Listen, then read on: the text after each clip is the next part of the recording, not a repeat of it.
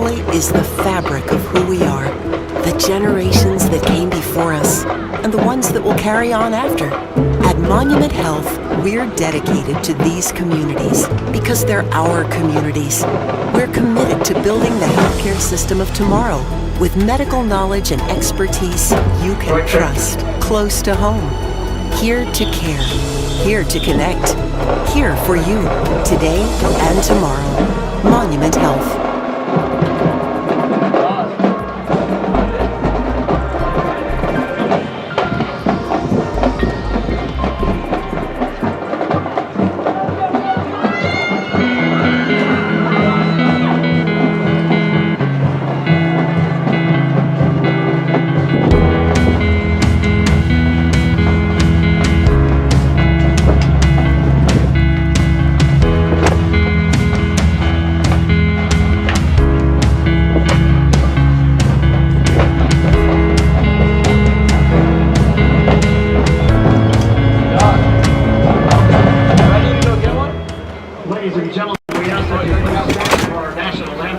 Everyone says remind all in attendance that properly straighten the Facebook flag when you have a cap. Not everyone will. Veterans and active duty military men in uniform, they also salute the flag.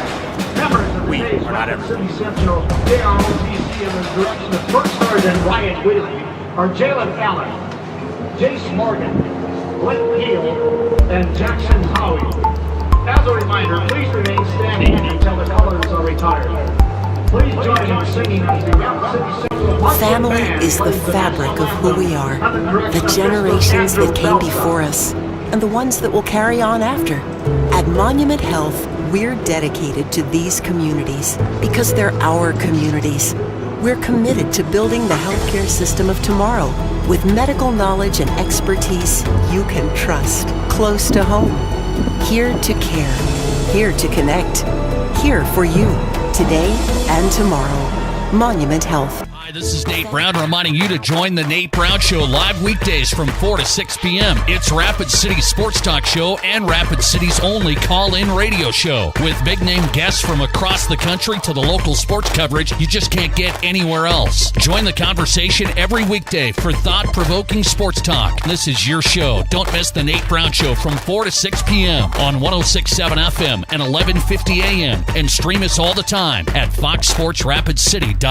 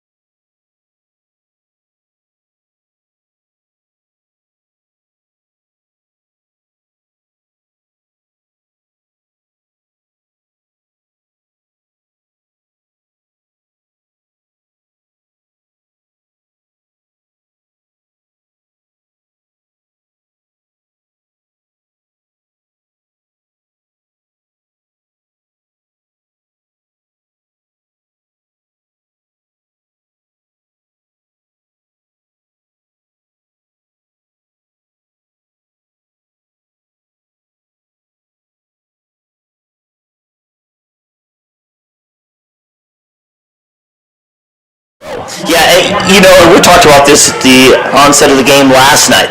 Really what they're doing is they're just going to do some simple plays, run something simple, kind of see what they got, see how the other team reacts, see how the defensive, you run it up the middle, are the defensive ends crashing? If so, you can pull it out and see what you can get downfield. Again, from the shotgun, there's a screen pass left side. Darrow makes the catch, tries to turn the corner. It's going to be a penalty.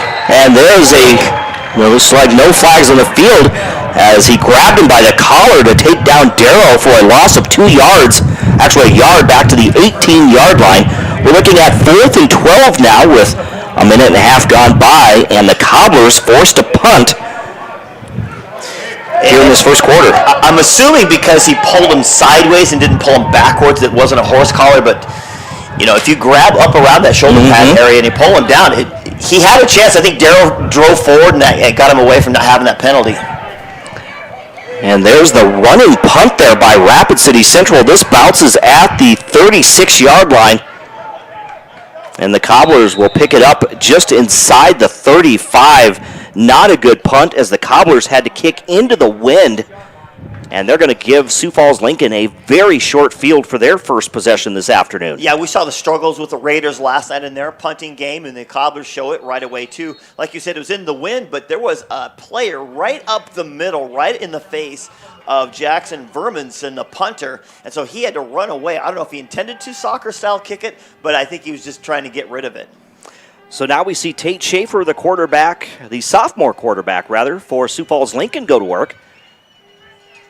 He'll go from the shotgun as well. Fakes the handoff. Scrambles to the right side. Gets rid of the pass to Angel Jersigi, but he can't hold on to it. He drops it.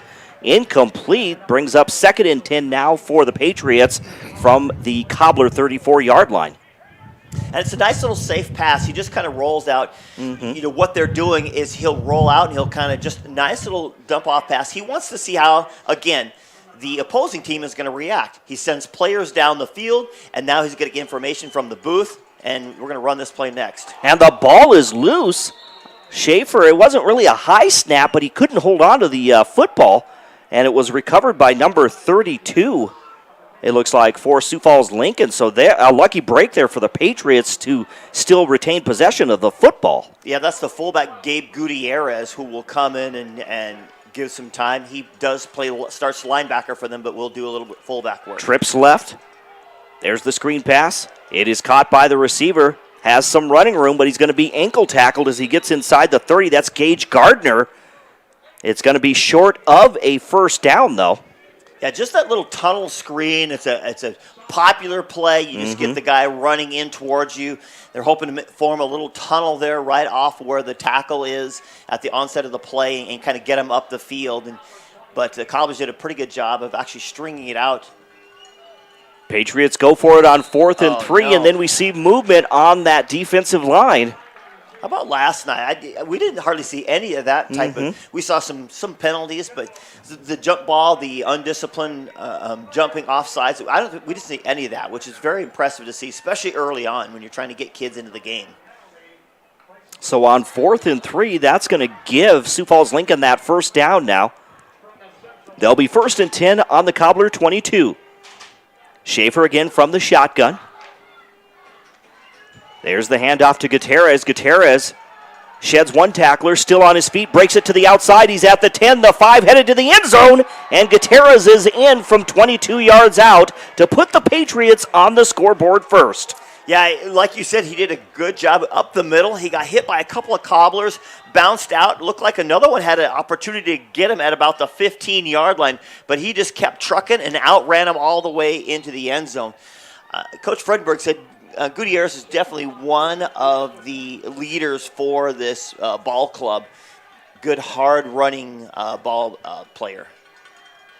It was kind of a low snap, and so the holder had to kind of grab it, and he couldn't at the last second. The kick got up, but it was wide to the right and a little bit low. So the PAT no good here at O'Hara Stadium. And on the State Farm scoreboard, insured by agent Scott Carlson and Matt McCormick, with 8:37 to go in the first quarter, it's Sioux Falls Lincoln 6, Rapid City Central nothing. We're back with more football action right here on 106.7 FM, 1150 AM, Fox Sports Rapid City. You've known us as Corey's Tri-State Tire Factory, but now we have a new name and a new location to serve you better. Corey's Point S Tire and Auto Service is now open on Camden Drive up the hill from Rushmore Crossing in Rapid City.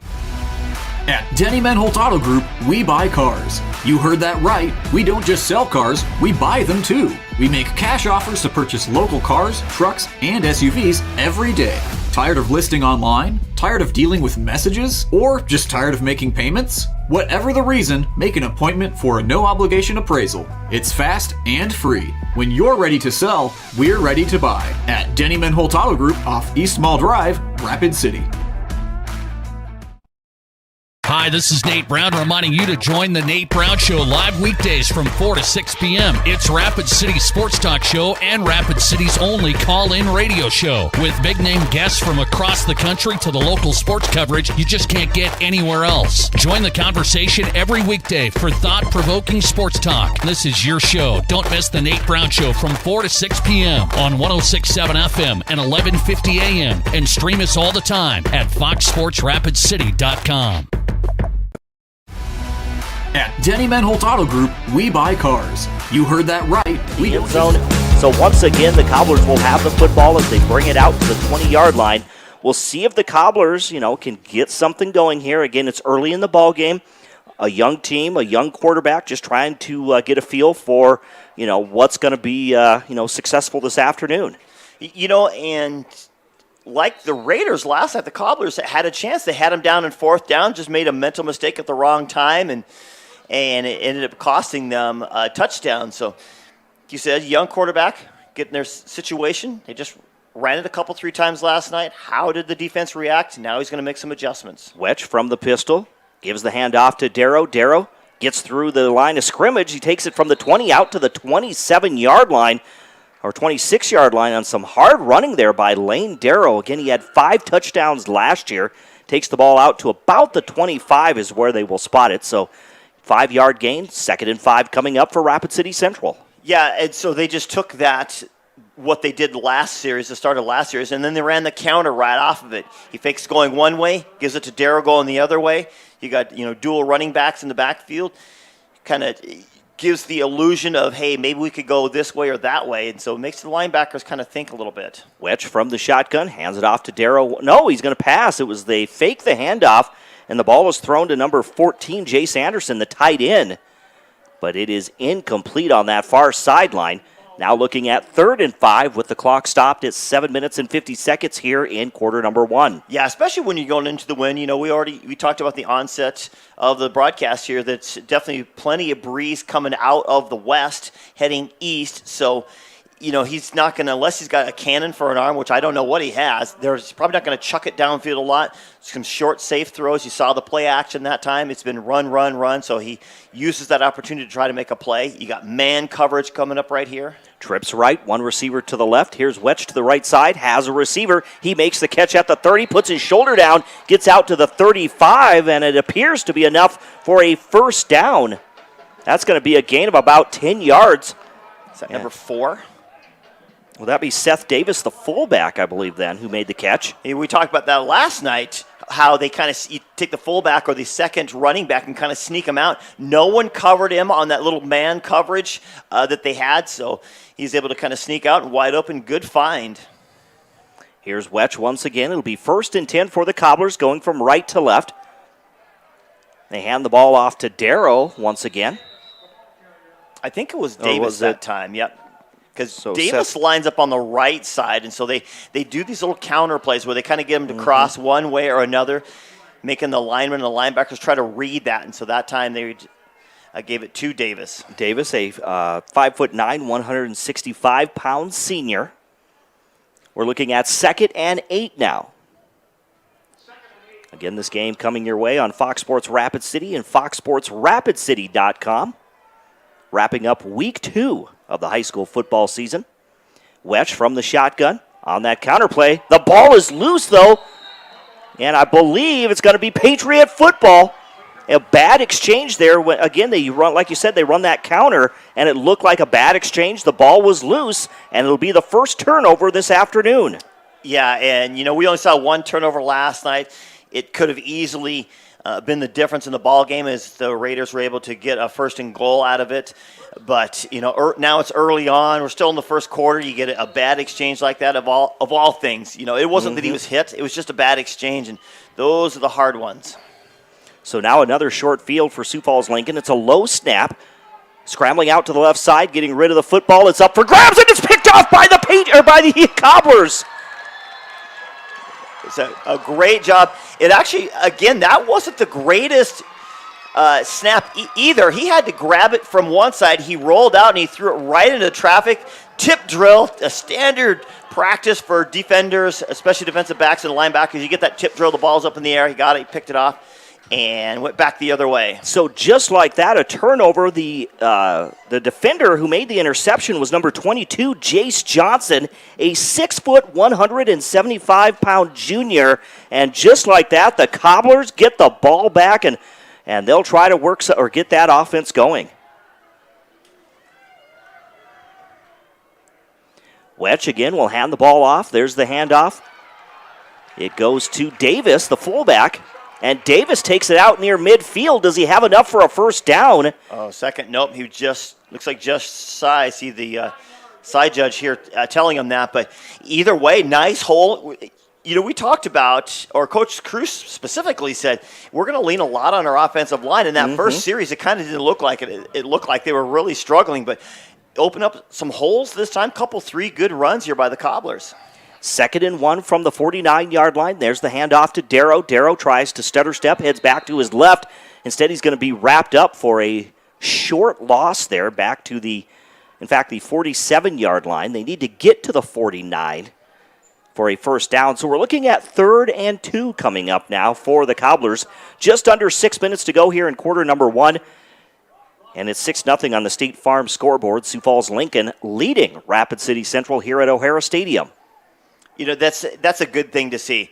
Good power football. If you can do that, you can run it well. You feel like you got success. You don't have to score on every play. If you can get a good chunk, 3-4 yards at a chunk right through the middle, you get a lot of confidence in your offense, your offensive line. I think players and coaches together can be like, yes, we got this. We're using good beef to move some beef out there. Looks like the Cobblers are going to use their first timeout with 5:29 to go in this first quarter, as they are facing a 3rd and 2. Right now, if you're Neil Cruz, you're in that huddle. What are you telling your team, Dean? It's short, 3rd and short, but again, you're trying to establish yourself against this Patriot ball club. Yeah, what he's saying is, guys, just keep it going. Obviously, he's got to set up something here going on in this little 3rd and short play. A big one, because they want to keep this drive rolling along. He's either telling them one of two things. He's saying, guys, we're just going to push as hard as we can and get up the middle for that, or let's sell this one as this play and go to that one, like the fake up the middle and a little screen to the outside or something. Again, Ryan Wetch, number 12. This looks like just power football here. You got one wide out, everybody tucked into the middle. Has a running back to each side, Davis and Darrow. There's the snap. Actually, it's not. It's number 5 who's entered the ball game for Rapid City Central. That's going to be Aiden Mason, a 5'9", 160-pound junior. And he is going to lose a yard, it looks like, back to about the, actually, still at the 46-yard line. And I know we're not stopping for a measure. Do we have a We had a flag way on that far side in front of the Cobbler bench. Again, we're on the ramp side. The Cobblers across on the grandstand side, and there's a yellow marker there. Looks like Lyle Tolsma threw that on the sideline there. Right on the edge. And so is that somebody lining up off sides? I mean, they ran the ball, so it wasn't like an ineligible receiver. Or seeing too many men in the backfield? Or is he covering his mic? He had his hands across his chest. We'll see what Scott Jacobs said. Illegal substitution, but he's talking to Randy Stanton now.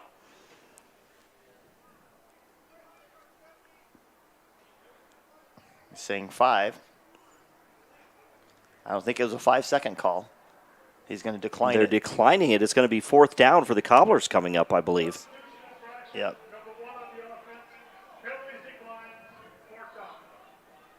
Again, you can hear Scott Jacobson, a little windy out there. I know when I checked earlier, of course, I'm a very big fan of the weather. So winds out of the north-northwest at about 19 miles per hour earlier. And you could see their stripes flapping back and forth there. So that's how you judge that. Again, about 74 degrees here at kickoff. Getting to feel much like fall, which is one of my favorite times of year. It is. I just hate to see summer go away. It's going to return this week, 90-something on Tuesday. Exactly. There's the snap. And it's going to be, they're going to keep it. The Cobblers go for it. Did they get enough? It looks like they got enough. Yep. The Cobblers keep it on 4th down. And it was at 25. Number 25, Zach Soderlin.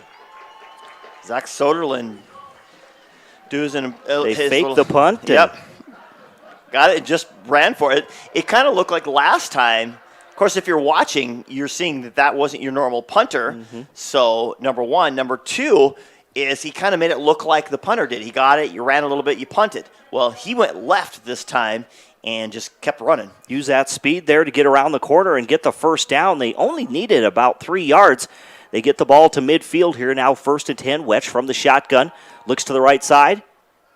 Has a receiver on that right side. That's going to be number 1, a Marion Saylor, who makes the catch on that far sideline. He's going to get out to, we'll see where they spot the ball, but again, another flag on that far side. Yeah, I think they meant to, I don't know if it was intentional like this would happen, but if it was.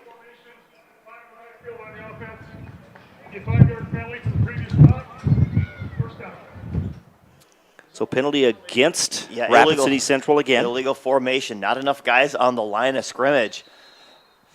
So again, it's the first ball game of the season. You're always going to have those jitters, maybe working out some things. But again, right now, you're thinking maybe too many penalties as the Cobblers are trying to move the football against this Sioux Falls Lincoln Patriots team.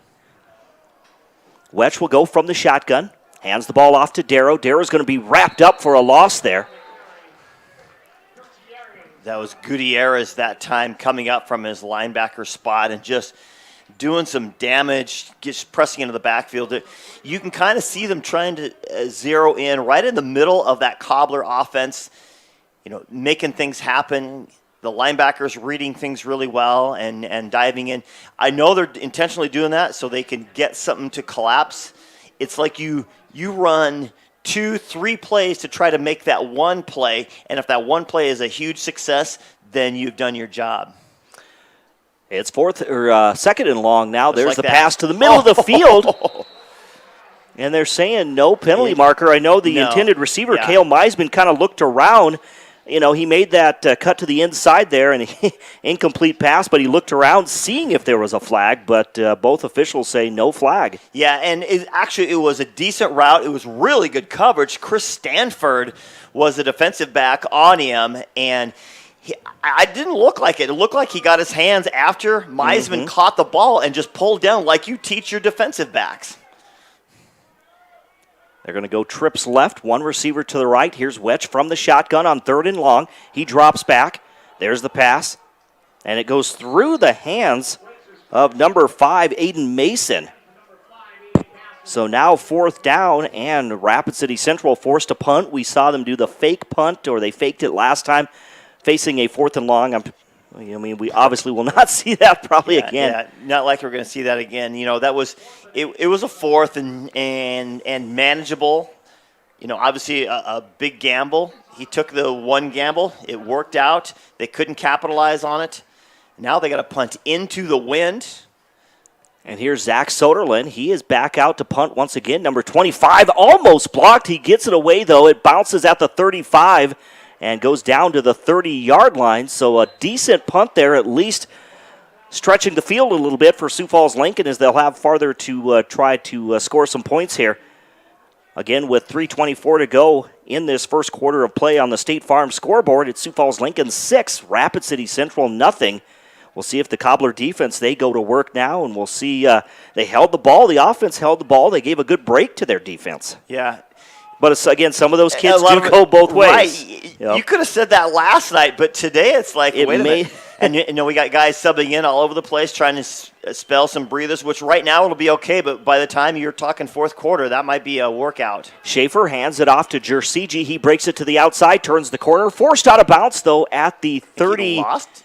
Are they gonna mark Right that at the 30-yard line. So gets back to the line of scrimmage. He covered a lot of territory for no gain that time. Yeah, he just trying to make something happen, thinking he could outrun the defense, but the Cobblers did a great job of pursuit that time, getting into the backfield right away. And sometimes a little deceptive when you look at it. If you're running to the outside, you pull guys, so it looks like guys are coming easily. Here's Schaefer, fakes the handoff, looks to his right, has a receiver on the out route there. He makes the catch, dives past the 40-yard line. That's going to be number 7. So that will be Newen in on that one. That is Trenton Peterson. Yep. So Trenton Peterson with enough for the first down there. They take it from the 30 out to the 43-yard line, a gain of 13.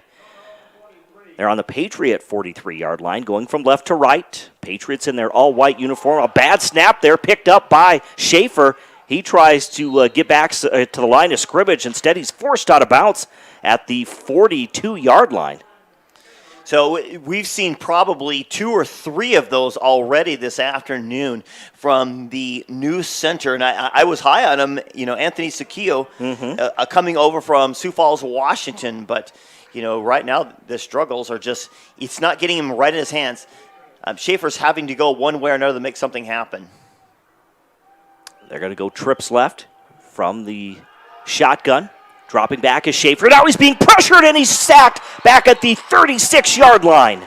Wow, how about that? The pressure coming in from the Cobblers. That was number 64, Dawson Miller, the senior. And again, we talked about how Jersey a couple plays ago had to outrun a defense that was in all over the backfield. Now it happened again right away. So that loss makes it 3rd and 17 from the Patriot 36-yard line. They're going to go trips left, one receiver to the right. Schaefer from the shotgun drops back. There's a little shovel pass. The ball is loose, but it's incomplete. And you're right, it was just that little shovel pass. It was kind of a little shovel pass screen. Both teams have been very conservative this afternoon, and that little shovel pass, trying to let the pressures, because the Cobblers are getting to them. The big setup for the pressures to throw a little screen or a little shovel pass, and thought he might get through it, but the accuracy just wasn't where Jersey was looking for it. And again, incomplete. Now the Patriots have to punt. Patriots will punt from inside their own 25-yard line. They're 4th and 17. There's a low snap. There's the punt. This one a high end-over-end punt. It's going to be taken by Darrow, and he's going up the left sideline. Has a little bit of running room, maybe 10 yards on that return for Lane Darrow. And we'll see the Cobbler offense go to work once again. And the snapping woes continue. And it's got to be frustrating for Coach Fredenberg. It's like, dude, we can't even run a play if we can't even get a good snap out of here. It's caused, a couple issues already on the field. And so not a real clean ball game by either team so far. Obviously, the penalties from the Cobblers, a couple of turnovers going on here. So last night, much cleaner game for a first game for those squads, but today we see a little bit more like a first game type of team. Wetch hands the ball off to Davis, the fullback, but he is going to be wrapped up immediately for a loss of 3 yards back to the 29-yard line. That'll bring up 2nd and 13 now for Rapid City Central. We're seeing dominance by 2 defensive lines today, just doing a lot more. I think right now the Cobbler offensive line is outplaying the Patriot offensive line. If you're going to grade them here, obviously, we're still early on in the first quarter, or early on in the first half anyway. But still, defensive lines are just kind of having their ways this afternoon. Trips right, one receiver to the left. Here's Wetch from the shotgun. He's going to scramble out of the pocket, in trouble, and he's going to be sacked back at the 22-yard line. He tried to get out of the pocket, but had nowhere to run there. for Ryan Wetch, the sophomore. So it's kind of hard to diagnose that play that time. It looked like it possibly was a little screen pass. Again, conservative play calling by both teams this afternoon. He kind of turned his shoulders as if he was going to hit that little screen, and either it wasn't there or they were faking that and going to throw it downfield. One of the two. Sometimes you couldn't quite tell, but either way, there wasn't a player there, and so he had to try to turn it up. And again, defensive line collapsing right on him. Cobblers looking at a third and 19 from their own 24-yard line. There's the snap to Wetch. Wetch fakes, now throws down the right sideline, but he overthrows the intended receiver. That was Jace Anderson, the tight end. Wow, how do you overthrow somebody when you got the driving wind in your face? Either way, I mean, that says something maybe about the arm strength of Wetch. But either way, yeah, it was a great play call. Actually, you said Anderson, right? Jace Anderson. Jace Anderson. He actually had a couple steps on his defender. If he would have been able to touch that right in his hands, he could have been running a long way. So now Rapid City Central will be punting for the third time in this ball game. I believe Zach Soderlund, who's come in and he's done the punting duties, also on a fake punt. He's ran for a first down, but this time 4th and long. There's the punt, almost blocked. Soderlund gets it away, but it's very short. It'll just bounce and then die there at the 40-yard line. But that was close, almost blocked there by Sioux Falls Lincoln on special teams. Uh-oh. Somebody said something about someone's mama, and we're going to get a penalty on number 2 flags, 72. I think, out there. It might be offsetting unsportsmanlike conduct. There was some action after that. The play was downfield, and we had a Cobbler and a Patriot going after each other right at about the 25-yard line, and they were banging around. They kind of stopped. Scott Jacobson got in the middle of them and said, hey, let's chill it out. And then somebody said something somehow because there was no action after that. And then they ran off the field, number 72, and we're going to back it up 15 yards for unsportsmanlike conduct against the Cobblers. So they take the ball from the Cobbler 40 to the 25. We're only down to 6 seconds left here in this first quarter with Sioux Falls Lincoln leading by one touchdown. And it's those costly penalties that you just can't have, and it's a fine line between aggressive play, but you got to be able to control your temper and your attitude while you're on the field.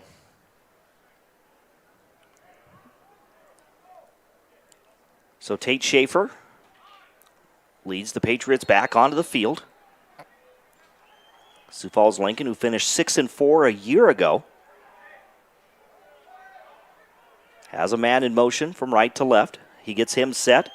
There's the snap to Schaefer. Schaefer hands it off to Jersigi. He dives forward just shy of the 20-yard line. And that's going to be the end of the first quarter here at O'Hara Stadium. On the State Farm scoreboard, insured by Agent Scott Carlson and Matt McCormick, it's Sioux Falls Lincoln 6, Rapid City Central 0. You're listening to high school football on 106.7 FM, 1150 AM, Fox Sports Rapid City, and foxsportsrapidcity.com, also on GoCobblersLive.com. We're back in just a moment. Cars, we buy them too. We make cash offers to purchase local cars, trucks, and SUVs every day. Tired of listing online? Tired of dealing with messages? Or just tired of making payments? Whatever the reason, make an appointment for a no-obligation appraisal. It's fast and free. When you're ready to sell, we're ready to buy. At Denny Menholt Auto Group off East Mall Drive, Rapid City. My kid wrecked his car, his third car. The kid needs a car. We need the kid to have a car. What did I do? I begged my insurance agent for mercy. That's another story. Then I went to Copper Motors in Rapid City and found a safe, reliable car. Copper & Motors is a small, trusted dealership specializing in safe, quality pre-owned vehicles. No pressure, no hassle. Each vehicle is inspected, serviced, and detailed with a warranty like no other. Copper & Motors, corner of Campbell and Omaha.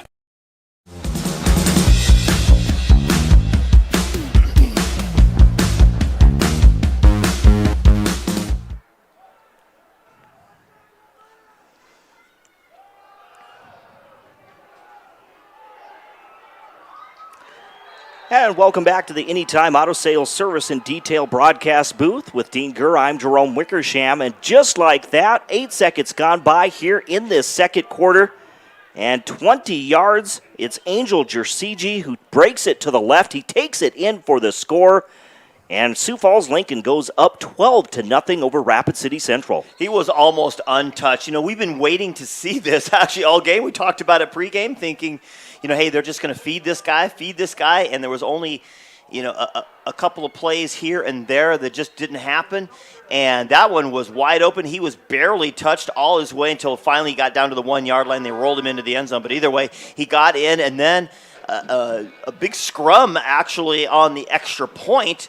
And that didn't work out. So 2 missed extra points by the Patriots. But either way, they've been in the end zone twice this afternoon. That makes it 12-0 on the State Farm scoreboard. And if you're Rapid City Central now, at least you get the ball back. You're trailing by 2 scores, but now you're not going to be going into the wind. So if there's any consolation, but again, you do want that offense. We saw some life or some signs of, moving the football the last possession. And we'll see what the Cobblers do as they get it, for another chance here in the second quarter. Yeah, the woes for the Cobblers are much like the Raiders last night. Their punting unit has cost them. Now, the Cobblers have done a few more penalties that have cost things, but it was the punting unit that has given the opportunity for the opposition. And so definitely things to clean up for them here as we head into week 2. I know we're not even done with week 1 for them, their first game, but I'm sure the coach has got to stick that. Okay, we're going to spend all week working on. The Cobblers have allowed that gunner to come right up the middle, and that's like the ultimate error in special teams. There's the kick. This one will be taken by, I think that's Darrow. Yep. And he's going to get it out to the 20, the 25, and stopped at about the 29-yard line. We'll see where they spot the ball for sure, though. Lane Darrow does the kick returning and punt returning.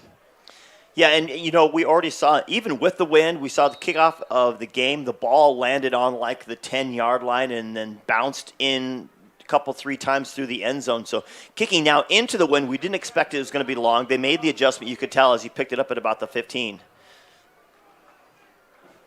1st and 10 from the Cobbler 28. Here's Wetch from the shotgun. Fakes the handoff. There's the pass. It is caught by the receiver, and he was pushed just a little bit. Otherwise, he might have stayed on his feet. Absolutely. That was number 22 that time, Jace Johnson again.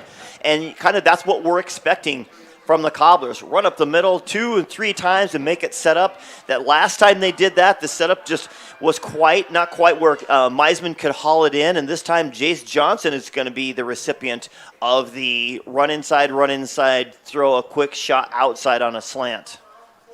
So that'll be a first down for Rapid City Central now. 1st and 10 from their own 42-yard line. Ryan Wetch from the shotgun takes the snap, looks to his left, gets the pass right down the middle of the field, intended for number 87, Jackson Fairchild, a 6-foot, 185-pound tight end. I'll tell you what, that wasn't a bad throw. He was getting pressured from his right. He rolls out. He sets his feet up. It almost kind of looked like maybe a middle school type throw, but then as his body language would dictate or indicate, and then he makes the throw, and I'm like, dude, that was across his body and across the field. That was a solid throw. Incomplete pass now. Clock is stopped with 11:07 to go in the second quarter. Wetch from the shotgun. He'll drop back once again. There's a pass down the left sideline. Has a receiver who had a step on the defender. That was Cale Meisman. But again, he overthrows it by just a few yards there. And, of course, with the aid of the wind, he's able to do that. And the defender that time was just it was the zone coverage. The deep safety had him there. Committed the ultimate faux pas for a defensive back in his zone coverage. Let the guy get behind you. He looked like he had him there, and he was kind of backpedaling, but didn't stay with him. And yeah, that's a little bit better touch on that long ball. And that's the second time today that if he would have hit the person in stride, this could be a different ball. We could be tied up right now. Again, 12-0 is your score. Sioux Falls Lincoln leading Rapid City Central on the State Farm scoreboard. We're looking at 3rd and 10 now. Here's Wetch from the shotgun. Passes on an out route there. That'll be, again, to number 87, Jackson Fairchild. but that one is thrown too far out of bounds there for Fairchild to get to. And we have a flag on the field right behind the offense, that usually means a hold penalty. And now this is going to be another illegal substitution. I saw that when they came up to the line, the two players, at least on my side of the field, were two guys on the line of scrimmage or two guys off. They were even with each other. So I assume they were both in the backfield. So it's too many men in the backfield again, and that's the third time that's happened today. The Patriots declined the first one, and now twice they have had illegal substitutions, or meaning players, too many players, 5 men in the backfield. So Zach Soderlund will come out to punt for Rapid City Central as the Cobblers are 4th and 10 on their own 42. After getting that one first down, their drive stalls here. And the punt is blocked. The ball is loose, and I think the Cobblers jump on it. You know, we saw that close quite a few times, and this time the Patriots are able to get to it. That is the 4th time. Okay, you have to be able to make in-game adjustments. I'm sure they're going to talk about this at halftime. Whatever reason, I don't know the plan or what's going on, but right up the gut, 4th time a Patriot has harassed the punter and finally gets to it. And so a very short field for Sioux Falls Lincoln now as they come up to the line of scrimmage. Tate Schaefer's, again, the sophomore quarterback. 2 receivers to the right, 1 to the left. There's the handoff to Jersigi.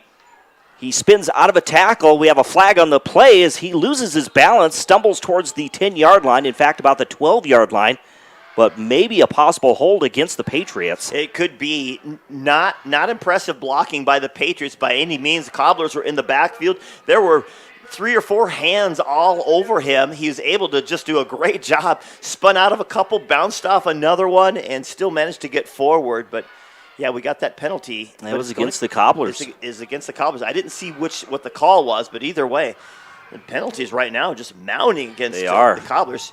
You know, here you got to battle the win, you got to battle the Patriots, and yourself. So they'll move the ball inside the 10-yard line. 1st and 1 to go. Gutierrez. This time, it's number 32. 32, Gutierrez. Big, powerful bruiser, and he basically walked into the end zone. He didn't have to make any cuts. He just headed upfield, made a little bit of a left-hand shimmy, and just kind of waddled in. I'm just saying that because he didn't run in. He didn't sprint by any means. It was like, hey, here I am. Nobody's going to be here to get me. So a 12-yard run there by Gabe Gutierrez here in the second quarter. The extra point is good. That's the first extra point of the ball game for Sioux Falls Lincoln. They go up now on the State Farm scoreboard, 19-0 over Rapid City Central. If you're Rapid City Central, again, first game of the season, but we've seen a lot of penalties through this first half, and then special teams just, not being able to get that punt away. That was huge, giving Sioux Falls Lincoln a short field. You hit it right on the head. Excuse me. It's not like it just happened one time. That is, like I said, the 4th time that a gunner has come right up the gut of that punting unit for the Cobblers. And, of course, now the penalties. So now you just... You look like a team that's really struggling. You know it's a first game and you're just trying to figure things out, but these things are they're easily fixable. They're easily fixable, but right now they are mounting against the Cobblers. So it looks like number 12, Tate Schaefer, also kicks off here. He'll kick off for Sioux Falls Lincoln. There's the kickoff. This one will be taken by Darrow at the 15-yard line, runs out to the 20, the 25. Still on his feet, but he's going to be bunched up there at the 30-yard line. The ball's on the ground and it rolls out. Are they going to call it progress, or it was like the pile stopped and then all of a sudden this ball just rolls out? The Cobblers do keep the football, and they will spot it at the 29-yard line. And, nobody, yelled. Usually when the ball's on the ground, everybody in the crowd in the stands yells fumble. I have a hard time sometimes when I'm up here not to yell, fumble, It's just, it's ingrained in you to see it. But either way, nobody really did that. Just kind of rolled around on the ground. Here's Ryan Wetch now from the shotgun. Hands the ball off to Davis. Davis to the outside, tries to get around the tackle, but instead he's going to be wrapped up and tackled right at the line of scrimmage, but we do see a flag come in. It looks like holding against the Cobblers. Yeah, we're another penalty. I don't know. I'm not counting the penalties, but I'm saying it's approaching 10. Mm-hmm. It's got to be over half dozen. And you see a lot of sometimes a lot of mistakes in that first ball game, but if you're Neil Cruz, obviously he's not wanting to see almost double-digit penalty markers here in this first half against the Cobblers, or for the Cobblers. Definitely first half, and you're going to get some holding penalties, or when kind of fighting or something like that. Not I don't mean literally fighting. I just mean just fighting for position. Yes, football's aggressive sport, established position, that type of thing. You're going to get some holds or something like that. That's understandable. That's acceptable by a coach. But last night the Raiders had that roughing the passer, and you got a unsportsmanlike conduct. Here's the pass by Wetch. It is up for grabs, and it is incomplete. Amarian Saylor was the intended receiver down that right sideline, and he had the opportunity but just could not haul it in. Yeah, it threw up a 50-50 ball with the defender for the Patriots there. That's Ethan Wassman. And they both went up for it. And I think, like you said, Saylor had the better opportunity. He kind of got turned around a little bit. But, if you're not used to catching a ball in traffic against a tough defender, sometimes it's a little harder to do. And sometimes you can't even duplicate that in a practice when you're going against maybe your second string. Because a second string and a first string, in most places, they just don't equate. 2nd and 20 from the 19-yard line of the Cobblers. Wetch drops back. Penalty marker once again. Passes down the middle of the field. Intended for Saylor once again as he runs a little post route there, but it's going to be incomplete. And we'll see what Scott Jacobson says on this one. Yeah, it's from Randy Stanton here on the end. It's going to be an illegal shift. You had one guy shifted out, the other guy shifted forward. They went and they didn't either set themselves. Yeah, it's an illegal shift. You could see them, two kind of players trying to move, and so that's the fourth type of formation type penalty against the Cobblers this afternoon. 4 of those, 3 of them had been accepted. This one is declined, so the ball stays at the 19-yard line of Rapid City Central. They're looking at 3rd and 20 coming up. Just under 10 minutes to go here in quarter number 2.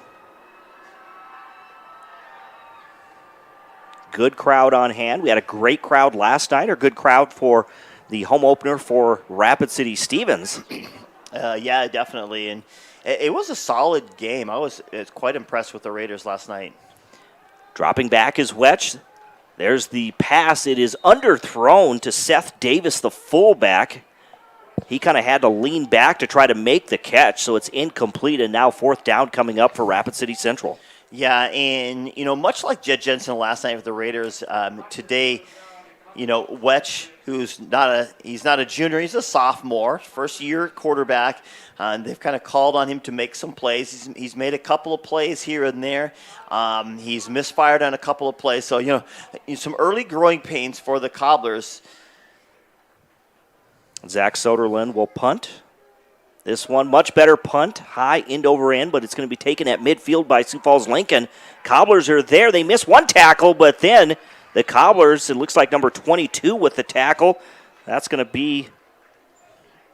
Is it 22 or 29? I think 22. Jace Johnson. Yeah. Oh, for the tackle. I'm sorry. Yep, I was looking at the returner, number 29 for the Patriots, which was Sawyer Toke. He had players closing in on him. I thought maybe he might call a fair catch. He didn't. He got forward. Looked like he was going to score it out, but got wrapped, got out of it, tried to run again. Either way, Patriots, set up and ready to go. 1st and 10 on their own 47-yard line. There's the pass. It is complete. One tackle is broken. Still on his feet is number 7. Running across the field out to the 30-yard line and now finally tackled. But I believe that was number 7. It is number 7 for the Patriots. So Trenton Peterson. Trenton Peterson. He was wide open. We're going to get a penalty here, but he was wide open. couple of missed tackles, and then when he was cutting back, this is what separates good players from great players, or good teammates from great teammates, is Angel Jersigi, who was way out of the play. It was a misdirection to him to the left side. The throw went to the right side. When Peterson was cutting all the way across this field, Jersigi came over and he pinned in 2 Cobblers to allow him to get another 10 yards out of that. They ended up with a penalty, but still, you look at that when you're looking on film, you're like, hey, that's a fantastic teammate right there. They'll replay first down, 1st and 2. They hand the ball to Jersigi. He goes right up the middle, and he's going to be stopped after a very short gain. It'll still be 2nd and almost 2 yards. This is what I like. I love no huddle, quick pace play. There's Schaefer, hands the ball off. Jersigi once again finds a hole through the middle of the line there, gets out to about the 41-yard line, a gain of 3, and that will be a first down for Sioux Falls Lincoln, again, as they lead 19-0 over Rapid City Central in the Cobblers' home opener here on a windy Saturday afternoon. And again, I love it. They got a short situation. They got a just a call where they're just up and ready to go. And they get to the line and they run it. I love it. Schaefer from the shotgun throws it behind the intended receiver, Peterson. I'm not sure if there was a little miscommunication there on the route, but he throws it behind Peterson, so incomplete now, bringing up 2nd and 10. Yeah, I think he just kind of hurried it a little bit.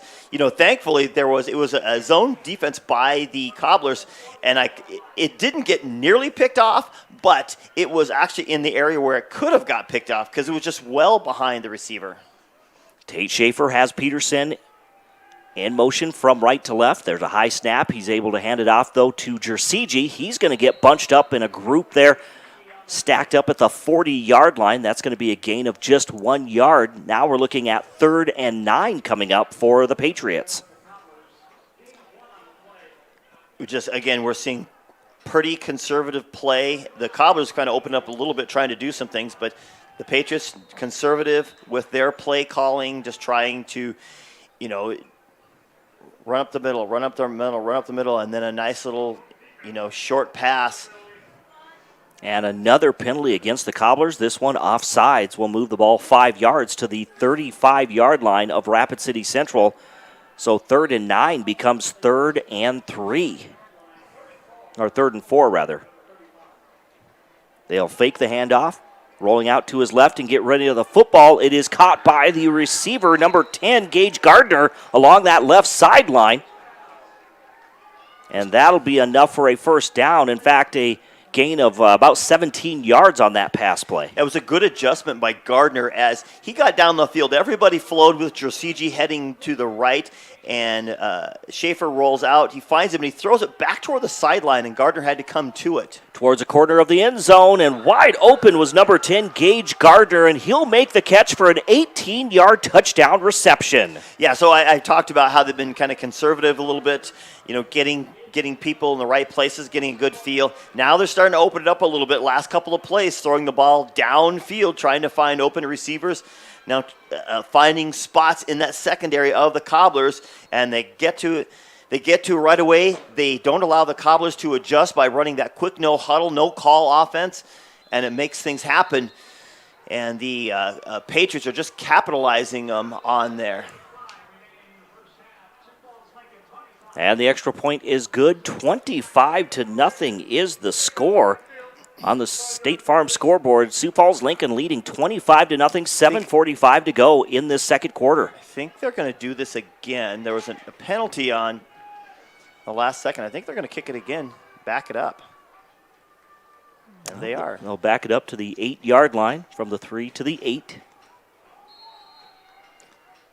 It's always funny you get a 5-yard penalty on a point after touchdown. Is that really hurt you that much, except for the fact that you got to re-kick it? This one a low kick, but it gets over the special teams, gets through the uprights. So now 26-0 is your score on the State Farm scoreboard as Sioux Falls Lincoln leads Rapid City Central. 7:45 to go in this second quarter.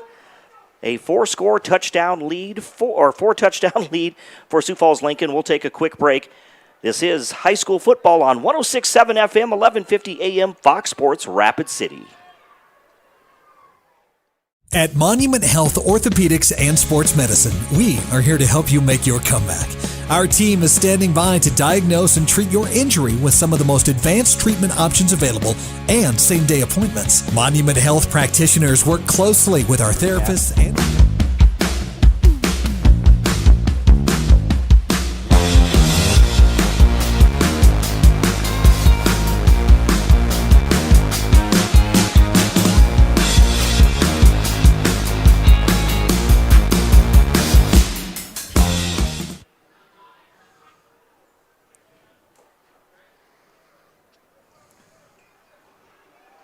And we're back here at the Anytime Auto Sales Service and Detail broadcast booth. Here's Lane Darrow on the kick return. He's out the 40, the 45, 50 down the left sideline. The 40, the 30, down to the 20, 15, 10, 5. Touchdown, Lane Darrow on the kick return. Holy smokes, what a spark that is. Oh, we have a penalty flag on the 35-yard line.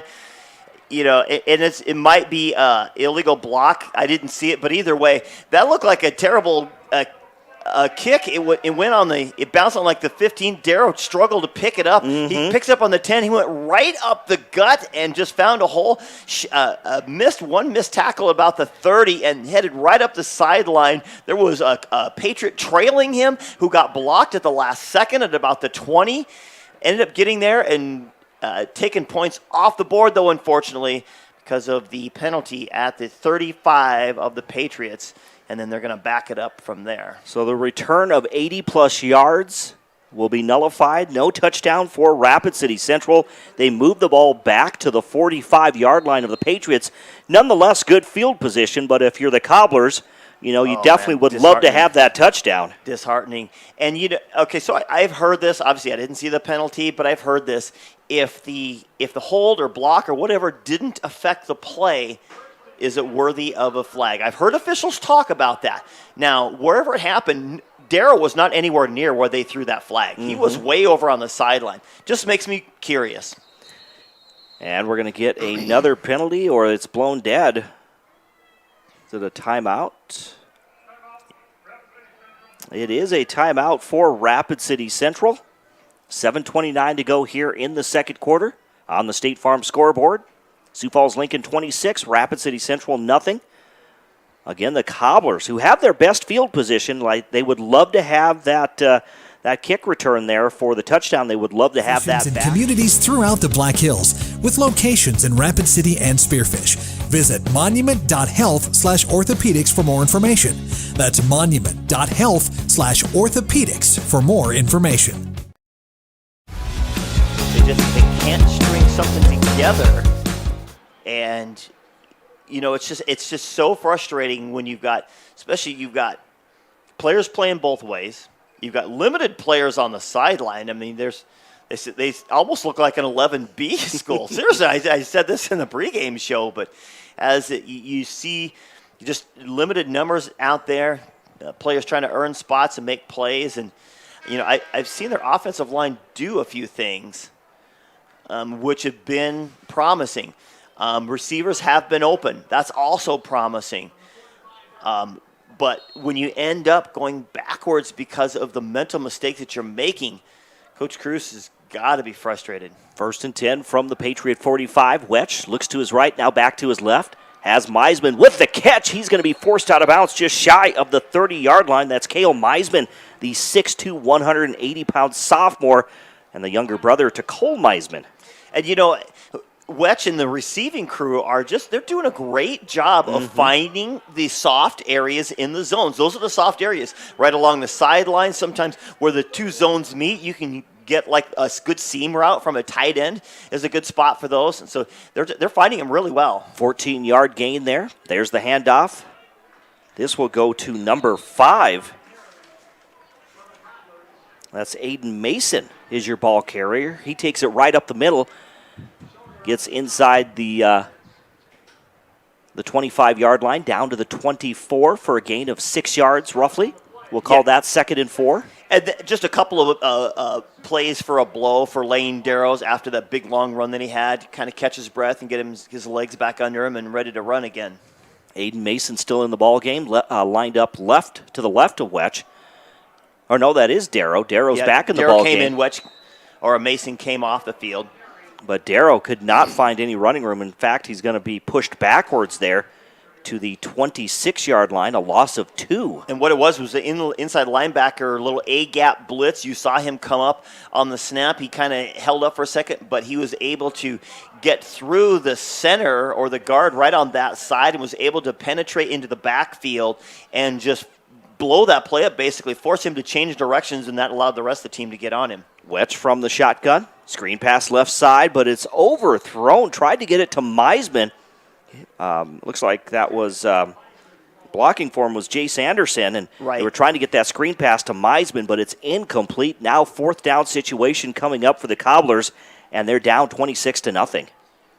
Yeah, they get a play here, they play there, show some promise, and now they've kind of sputtered a little bit again. Like you said, 4th down, 4th and 5.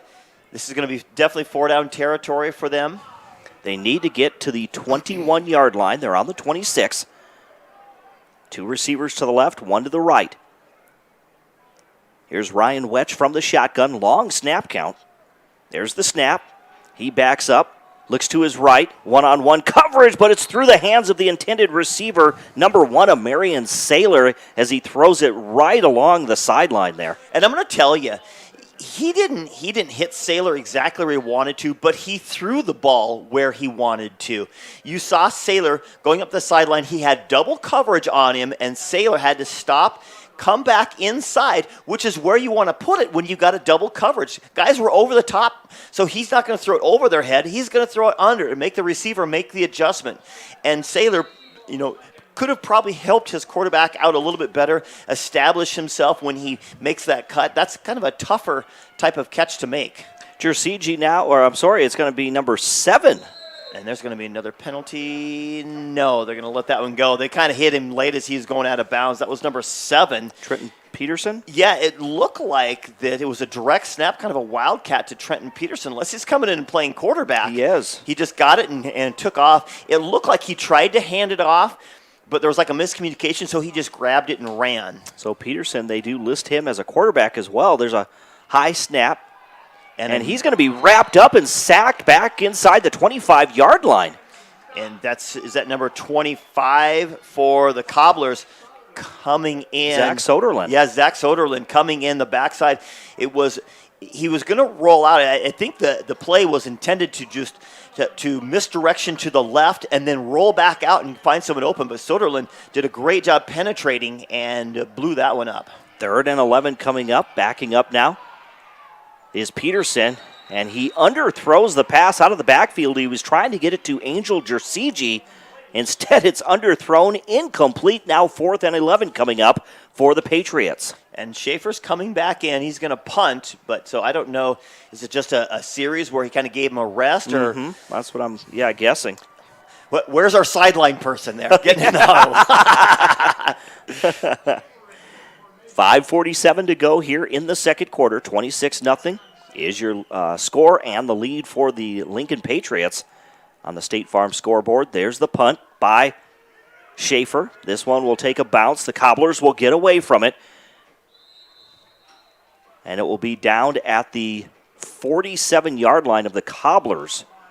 So, again, decent field position for Rapid City Central coming up. And you saw Schaefer there's no pressure, under no duress. He just made a nice he didn't make a high punt. You make a high punt, and that thing's going to get blown back at him. So he makes a kind of a lower punt into the wind, gets the roll, gets the bounce. Stat-wise, it doesn't look good, but effective-wise, it did its job. It got down the field. Not quite what they wanted to, but they know they're facing it. You put a high one in the wind, you're going to blow right into your face. Here come the Cobblers. They hand the ball off to Davis on a little misdirection there. And Davis is going to take it back to the line of scrimmage. So no gain there to the 47-yard line of the Cobblers. 2nd and 10. Actually, they're going to spot it. I guess the line of scrimmage was a 48, so a loss of a yard there. Yeah, and like you said, this just, part of that misdirection is you're hoping that they will tackle the guy that they got at the first the first time, and try to collapse on him and allowing that little extra space to kind of open up. And, and sometimes you'll pull a you'll pull a guard who goes that direction. It's kind of a little counter play. This time trips left, dropping back his Wetch from the shotgun. Whoa, And that was a risky pass in and out of the hands of Jace Anderson. Yeah, and it could have been in the hands of number 33, Isaac Carrazzo from Lincoln, as he was standing between him and the receiver, and it went right through his hands and then right through Anderson's hands, and then there was another defender on the back side of that. So that's a really risky play. They were trying to throw to that left sideline or right in front of the Cobbler bench. We're now looking at 3rd and 11 for Rapid City Central. This time they go trips right, one receiver to the left. Dropping back again, Wetch. He'll throw it down the left sideline. Again, he had a receiver for the moment, but he overthrows number 22, Jace Johnson. He's got kind of a interesting delivery. He looks like he just has the ball like resting on his hand, and he throws with a lot of shoulder into it, almost like he's maybe a shot putter or something like that, because there's a lot of shoulder, and he's bringing his arm up kind of like a pitcher kind of does, and he's just almost, it looks like he's pushing it. He's getting the ball downfield, but it's an interesting delivery. Here's Zach Soderlund to punt. And again, he was under pressure, but he gets the nice punt away. It's going to be taken at the 15 by Sioux Falls Lincoln, out now to the 30-yard line. The 35 going across the field to the far side. The Cobblers are lucky that returner did not break out in open field there. So I watched that time. They literally did not block the nose guard, who you can't line on a punter. You can't line up on the nose guard, so he probably lined up off to one side or another. But the guy literally lined up, and like a track meet, he came out of there like a gun right up the middle. The ball was tipped. He ran into the punter. So when it's tipped, that's not a penalty. And you saw, Scott Jacobson signal that one right away. Hey, he tipped it. Wipes out the punter, blows up the play. Here's Jersey, spins out of a tackle. He's at the 40, the 45, out to midfield. Now the 45, the 40, down to the 35-yard line of Rapid City Central. Nice run there by Angel Jersey from the Patriot 36 all the way down to the Cobbler 31-yard line. And, Jackson Morrison, he was the nose tackle. He had a first opportunity to get him and just couldn't wrestle him down. That just shows you the strength and the power of a running of Jersey. And then Cale Meisman had a chance to blow him up and instead chose to tackle him up by the shoulder pads. Those are golden opportunities. You want to just, wreck somebody. They'll give it to Jersey again. We saw some pressure coming from the Cobblers, but Jersey takes it right up the middle of the field. He's going to get inside the 30-yard line down to the 26, or 27 rather. That's a gain of, from the 31 to the 27, so gain of 4 yards. 2nd and 6. They fake the handoff. Scrambling out is Schaefer. And Tate Schaefer nowhere to go with the football. He is going to be sacked, or did he get back to the line of scrimmage? Really, really close. They're done. So the down marker moved backwards about a half a yard, so we're going to call that a sack. If you're a statistician, especially for the Cobblers. Again on the Cobbler 27-yard line. 3rd and 6. Schaefer hands the ball off to Gutierrez. He gets around the tackle on that right side and takes it for a first down all the way down to the 22-yard line. That's a pickup of 5 yards and a Patriot first down. Now, the dude is just a power guy. He runs high, so that, something they got to work on the way he runs it, but he's just so how much does he weigh, man? He's 6'3", 215. He looks about 250, 260, 270. Something. Shovel pass to Jersey, and he's going to be upended just shy of the 10-yard line. That's going to be a completed pass, though, for a gain of about 5 or 6 yards, depending on the spot. You love those kind of tackles. Jaron Lensgrave tackled him on that one. Tried to make a move. You get low, that almost like a textbook type tackle. You got low. You tackled their shoulder pad on the hips, and you're able to wrap his legs. I mean, he fell forward, but still, it's not too often you get an opportunity for a textbook tackle, especially on a guy as elusive as Jersey is. Getting close to the 2-minute warning here in this second quarter. They'll hand it off to Jersey. He'll go right up the middle of the field, but he's going to be ankle tackled as he reaches forward inside the 10-yard line down to the 9. So a 2-yard gain on the carry to bring up third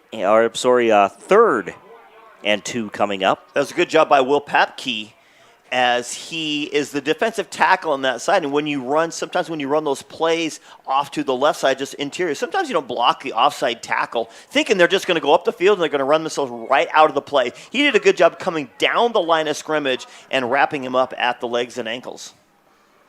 Tate Schaefer from the shotgun. Here's Gutierrez. Gutierrez to the right side, gets around the tackle, stiff arms the defender, dives forward, and he's in for the score.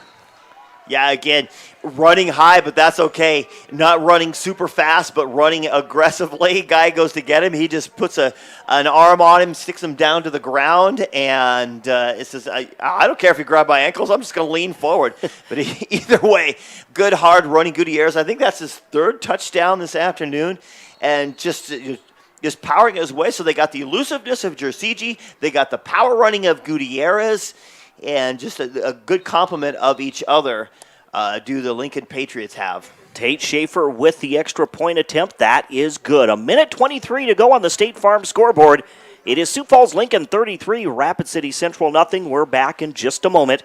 This is high school football on 106.7 FM, 1150 AM, Fox Sports Rapid City and foxsportsrapidcity.com.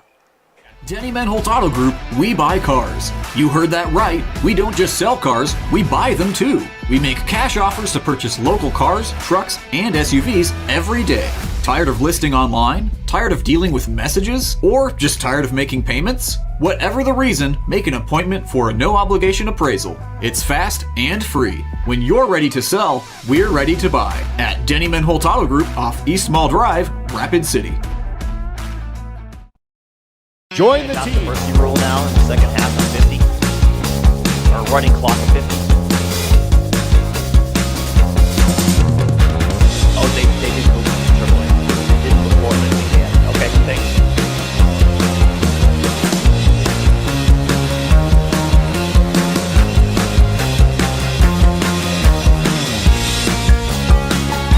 Welcome back to the Anytime Auto Sales Service and Detail Broadcast booth with Dean Gurr. I'm Jerome Wickersham. 33-0 is your score.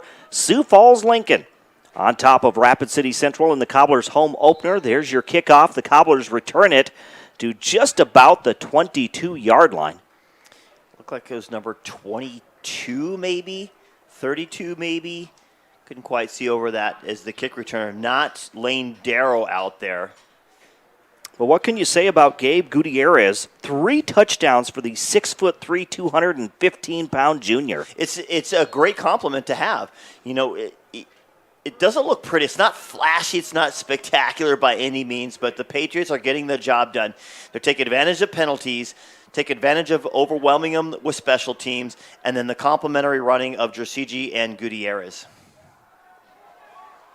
There's the pass to the right side. It's going to be caught by the receiver. That's number 1, Saylor.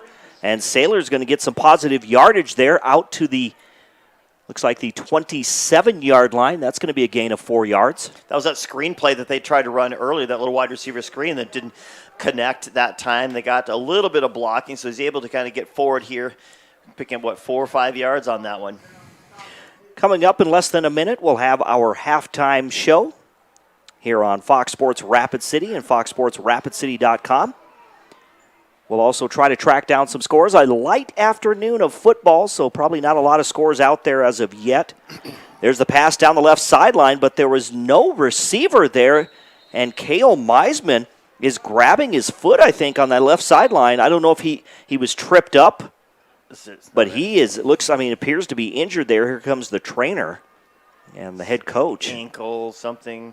Oh, they're stretching him out, it looks like. So yeah, cramp. Got that cramp right in the wrong spot, wrong time. It looked like you said, he makes the throw. The ball lands about the 50-yard line, but here the receiver is laying at the 32. So, you know, here you're already battling. You're battling the wind.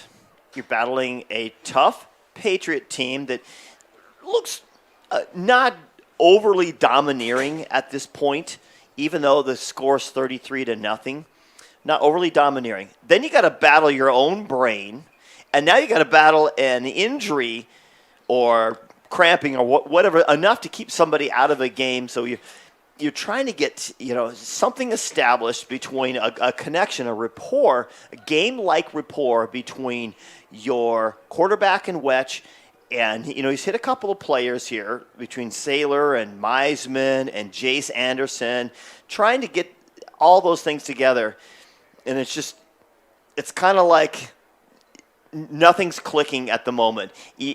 You can see signs of things that could happen, but at the moment, if anything happens, you go backwards. Either it's penalties or whatever. You make a good play. You look like they got a nice little play there, a nice little 5-yard game on that screen, and then they go back the other way in an opportunity because they've obviously shown that the Patriots have shown that, hey, we can give up that long ball. So if they can get that connection, the Cobblers, but when you've got guys limping off the field, it's hard to gain that rapport. Kale Meisman is helped off there. There it is. There's the pass down the right sideline, and it is caught by the receiver at the 40-yard line. Marion Saylor makes a nice catch to give the Cobblers a first down in Patriot territory. And that was solid. That was solid coverage by number 26, Ethan Wasmond. But either way, it was a little hand fighting, a little hands right on it, and did a good job. Saylor was step for step with him, but he just held him off enough and was able to haul that in, and a great reception. It's down to the 39-yard line, the 17 seconds to go. And so the Cobblers will just spike the football to stop the clock.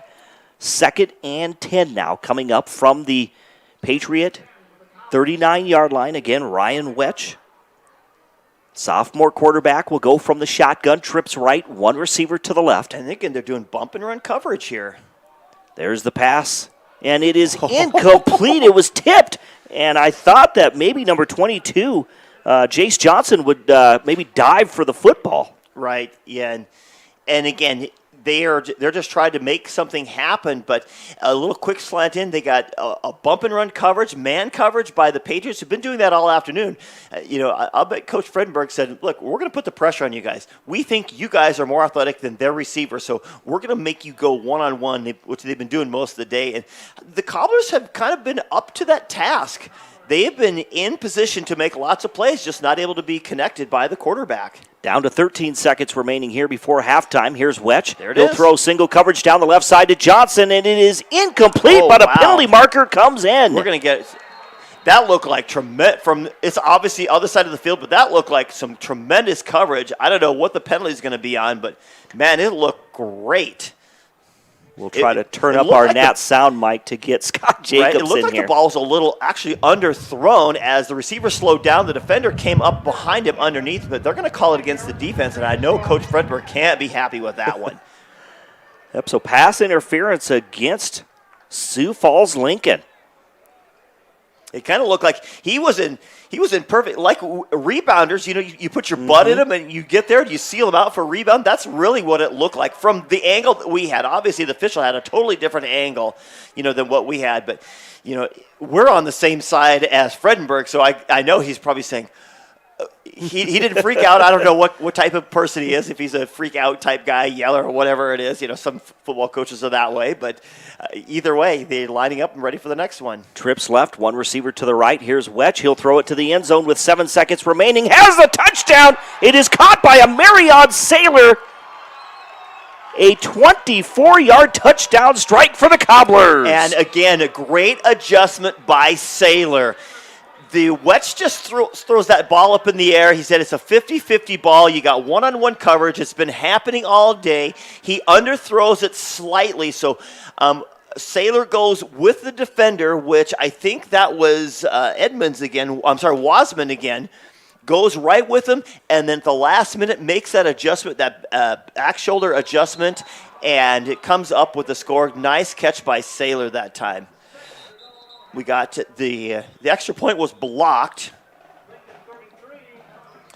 And so just, the Cobblers at least with some confidence there, or at least, knowing that they can, they march down the field. A couple big pass plays there. And they get the touchdown pass to a Marion Saylor in the end zone. Yeah, how about that with 1 second left to play as well, too. Mm-hmm. So just Cobblers gotta have themselves some confidence. Going into the halftime here, they made a play or two. They've been battling themselves all day long, and now they are able to come up with a couple of connections with what they needed to. They aided with a penalty against the Patriots, kind of helped set that one up. But either way, they got to do the work, and it paid off, getting themselves on the board. Jackson Verminson, the 5'9", 150-pound sophomore, will kick off. Just 1 second left on the State Farm scoreboard. Look at them shoes, man. You can see him all the way across the parking lot. If it was dark right now, those neon... Yep, we would know where he's at. Yes, we would definitely know. Just follow that guy. And it looks like with this win, the ball keeps coming off the tee. And so he's going to have a holder. That's going to be Seth Davis, the fullback, here on special teams. Bermanson with the kick. Just a squib kick there. Takes a high hop there, but it's taken by Sioux Falls Lincoln. On the return was Angel Jersigi. Right. If I'm kicking it off, if I'm going to squib kick it, I'm not going to squib kick it to their best running back. They had to scout that out and say, hey, pay attention where you're kicking. Kicking it to one of the front linemen. They're just going to fall on it. It's going to be 1 second. That's it. Probably not the guy, like you said, that they wanted to kick to. No, absolutely not. Well, that's the end of the first half on the State Farm scoreboard, insured by agents Scott Carlson and Matt McCormick. Sioux Falls Lincoln 33, Rapid City Central 6. We will take a break. We'll come back with our halftime show right here on 106.7 FM, 1150 AM, Fox Sports Rapid City, and foxsportsrapidcity.com, and also on GoCobblersLive.com.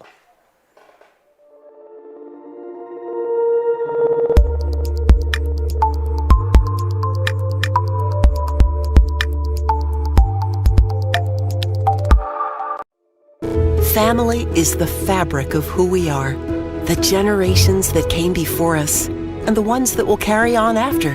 At Monument Health, we're dedicated to these communities because they're our communities. We're committed to building the healthcare system of tomorrow with medical knowledge and expertise you can trust, close to home. Here to care, here to connect, here for you, today and tomorrow. Monument Health.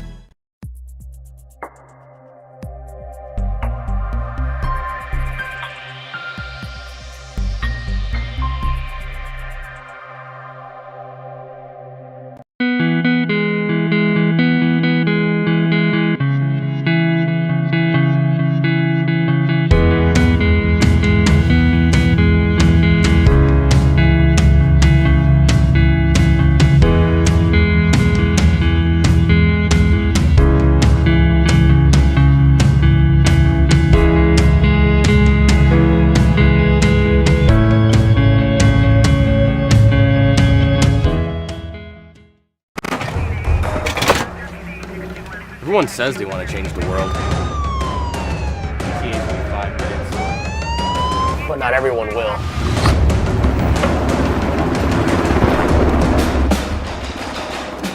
We are not everyone.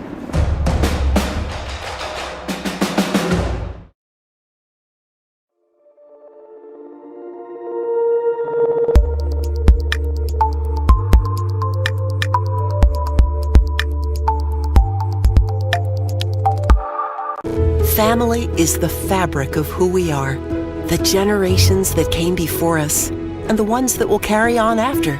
At Monument Health, we're dedicated to these communities because they're our communities. We're committed to building the healthcare system of tomorrow with medical knowledge and expertise you can trust, close to home.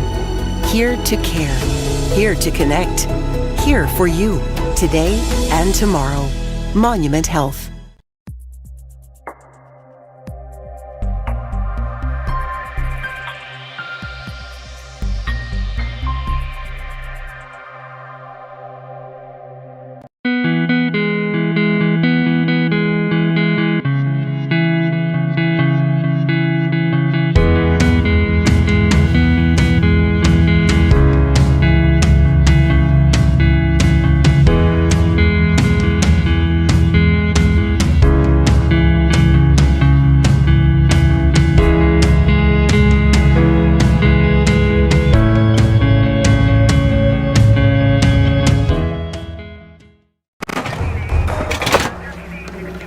Everyone says they want to change the world. But not everyone will.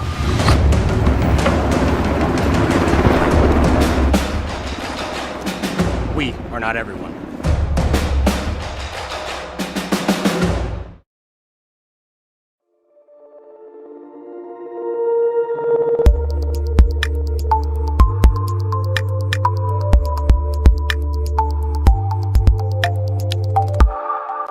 Family is the fabric of who we are, the generations that came before us, and the ones that will carry on after. At Monument Health, we're dedicated to these communities because they're our communities. We're committed to building the healthcare system of tomorrow with medical knowledge and expertise you can trust, close to home. Here to care, here to connect, here for you, today and tomorrow. Monument Health.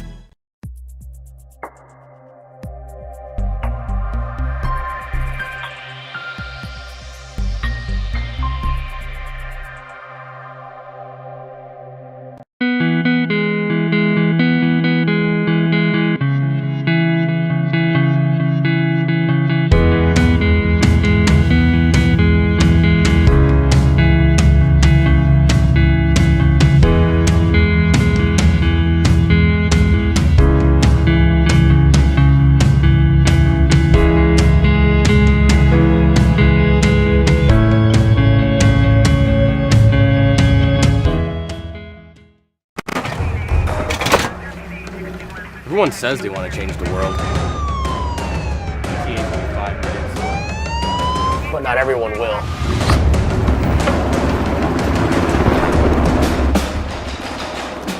We are not everyone.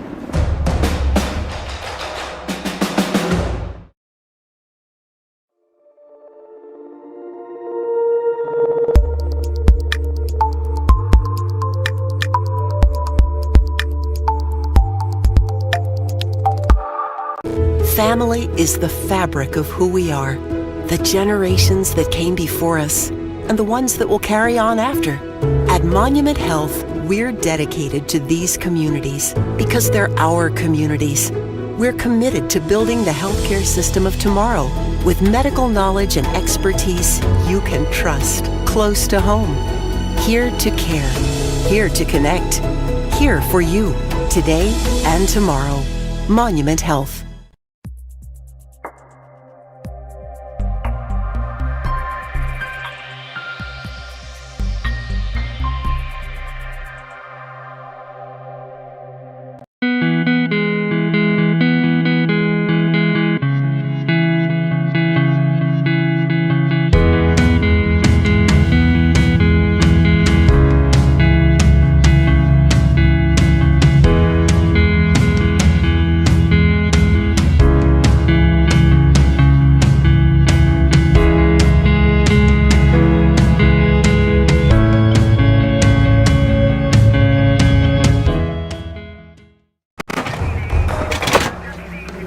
Everyone says they want to change the world. But not everyone will.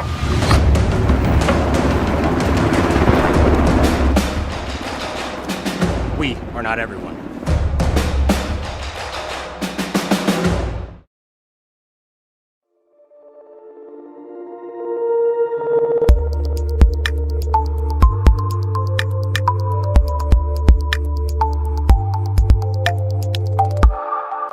Family is the fabric of who we are, the generations that came before us, and the ones that will carry on after.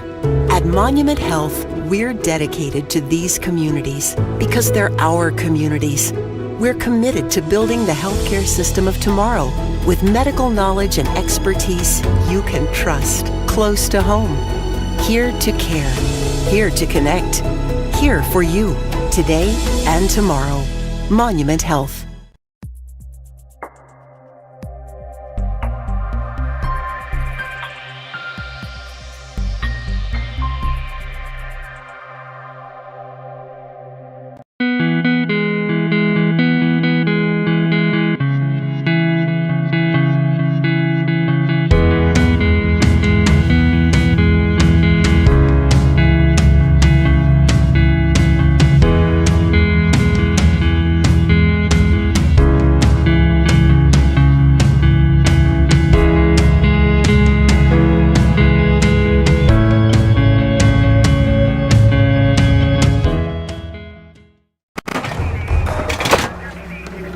Everyone says they want to change the world.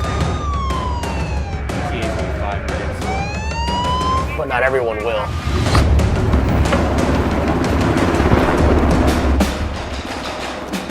We are not everyone.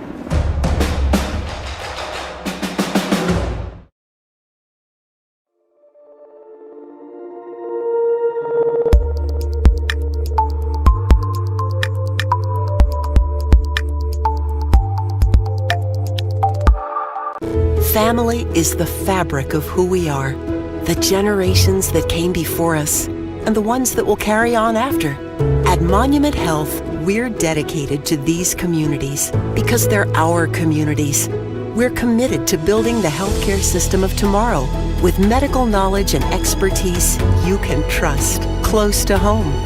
Here to care, here to connect, here for you, today and tomorrow. Monument Health. Your legacy. Since 1862, the South Dakota Army National Guard has been ready to defend our freedom and our way of life. When our nation calls, we are there to help our friends, neighbors, and communities in the event of forest fires, floods, tornadoes, and severe winter storms right here in South Dakota. Now we want you to write the next chapter in our rich history of the South Dakota Army National Guard. Visit their Facebook and Instagram pages or nationalguard.com/SD. Join the Where can you get good neighbors service and surprisingly great insurance rates? At State Farm. I'm State Farm agent Matt McCormick, and I'm your one-stop shop in Rapid City for the service you deserve at the price you want. So stop looking around. State Farm agent Matt McCormick, I'm ready to help. Call 348-0464 for surprisingly great rates today. Like a good neighbor, State Farm is there. Individual premiums will vary by customer. All applicants subject to State Farm underwriting requirements. Warren Chemical is ready for winter. Are you? They stock quality ice melt products for sidewalks, driveways, and parking areas that will melt ice down to minus 15 degrees. Warren Chemical Ice Melt is less toxic than baking soda, is the least damaging to concrete surrounding grass and other plants, and can be applied before or after the snow falls. Available in 50-pound bags and less expensive than the discount store 20-pound buckets. Call 342-7644. Warren Chemical, a proud sponsor of all Rapid City and surrounding area schools. We hope you are all enjoying the student productions of your school.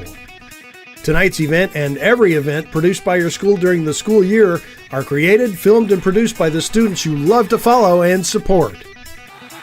Become a booster of your school's live event coverage by becoming a sponsor. It's a great way to show your support of the athletes and students in your community. As a sponsor, you'll get great visibility for your business, organization, or family by supporting the live productions of your school. Hey renters in the Black Hills, I'm State Farm agent Scott Carlson, and I'm ready to surprise you in a good way with surprisingly great rates on auto and renter's insurance. That's right, me and my team can help you protect your car and your stuff for less than you might think. Get a quote and see how much you can save. You might be surprised. Call me, State Farm agent Scott Carlson, for your surprisingly great auto and renter's rate today. Like a good neighbor, State Farm is there. Limestone canyons, flowing waterfalls, and pristine beauty make Spearfish a sanctuary for those seeking the ultimate escape. Outdoor enthusiasts will find top-notch sport climbing, mountain biking, and UTV OHV trails. Guests are steps away from peaceful hiking trails and tranquil streams. Relax and rehash your day's adventure at one of our award-winning local breweries. Finding rest is an important part of any adventure. Lodging in Spearfish comes with a variety of choices, from cabins, B&Bs, and campgrounds to the comforts of your popular brand-name hotels. To find your unique adventure in Spearfish, go to visitspearfish.com now. Star Spangled Batter on Jackson Boulevard in Rapid City, South Dakota. Famous for their delicious cakes, cupcakes, and other tasty baked goods. But did you know they're the only bakery in town to offer free consultations? Not to mention free samples when planning your big or small wedding. They also take special orders for that special party for that special someone. Check out their daily specials on Facebook or call ahead to grab some goodies for the office on your way to work. Star Spangled Batter is a proud sponsor of Rapid City sports and activities on liveticket.tv. A lot has changed since 1962, but one thing hasn't: the hometown service you expect from Dale's Tire and Retreading. Dale's Tire has been providing quality brands and service to the Black Hills area for over 50 years, and we couldn't have done it without you. That's why we are pleased to service your vehicle, saving you time and getting your vehicle back on the road. Because at Dale's Tire, we don't just sell tires, we build lifetime relationships. Dale's Tire, Campbell Street and Deadwood Avenue, Rapid City. When it comes to protecting what matters most, keep it simple. Insure your car and home with Farm Bureau and you'll have a combined policy with one deductible that can cover it all. That means faster claim resolution and less hassle. Plus, you can save money in the long run. It's the quick way back to normal, because with Farm Bureau, you've got an agent who can make things right when things go wrong. Farm Bureau agents make insurance simple. Call me, Tom Berger, your Farm Bureau agent in Rapid City, at 348-3470. You've known us as Corey's Tri-State Tire Factory, but now we have a new name and a new location to serve you better. Corey's Point S Tire and Auto Service is now open on Camden Drive up the hill from Rushmore Crossing in Rapid City, and remains open in Belle Fourche on 5th Avenue. Corey's Point S Tire and Auto Service is the largest independent tire and auto service shop in the region, and we're still locally owned. With that will come more convenient service, better parking, and exclusive deals on top tire brands in the business. We look forward to serving you even better at the all-new Corey's Point S Tire and Auto Service in Rapid City and in Belle Fourche. At Denny Menholt Auto Group, we buy cars. You heard that right. We don't just sell cars, we buy them too. We make cash offers to purchase local cars, trucks, and SUVs every day. Tired of listing online? Tired of dealing with messages? Or just tired of making payments? Whatever the reason, make it Brown and their home opener. They're hosting Watertown Arrows this afternoon. That game was set to kick off in about a half hour. Hanson is at Garrettson this afternoon. The Newell Irrigators are playing in Gettysburg against Potter County. And then also Beersford hosting Flandreau. And the Dakota Bowl tonight is Sioux Falls O'Gorman versus Sioux Falls Roosevelt. Big one there in Kim Nelson. And Roosevelt losing players to Sioux Falls Jefferson. And Kim Nelson said, I think we'll be just fine. Of course, you expect that from a coach. Oh, this is going to be terrible. We just lost a bunch of players. No, they don't say that. They say, we'll be just fine. And we'll see how that is. Of course, O'Gorman ranked, I believe, number 5, coming in preseason in the first game. So, number 4. And O'Gorman, they didn't lose any players. They're private schools. They always play up anyway. They're a smaller school than all the other AAA schools. But either way, always competitive, and they gained some players just because they're O'Gorman, and so they expect it to be really, really tough again this year. So again, if we do get any scores, we'll try to pass those along to you. That's going to do it, though, for our halftime show. On the State Farm scoreboard, Sioux Falls Lincoln leading Rapid City Central 33-6 as we get set to start the second half here at O'Hara Stadium. We'll take one final break, come back with the second half on Fox Sports Rapid City, foxsportsrapidcity.com, and GoCobblersLive.com.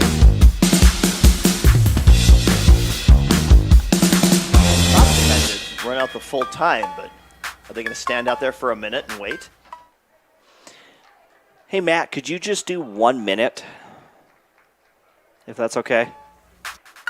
Okay, thanks.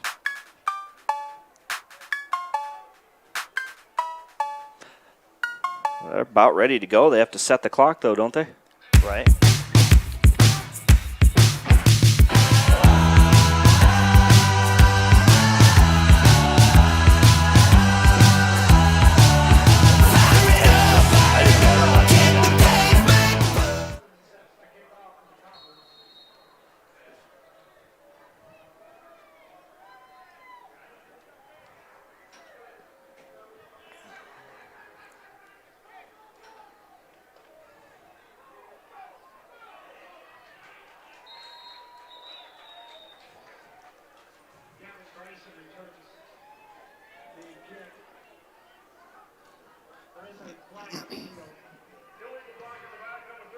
We are back here at the Anytime Auto Sales Service and Detail broadcast booth. Jerome Wickersham and Dean Gurr as we start this second half. The kickoff by Rapid City Central.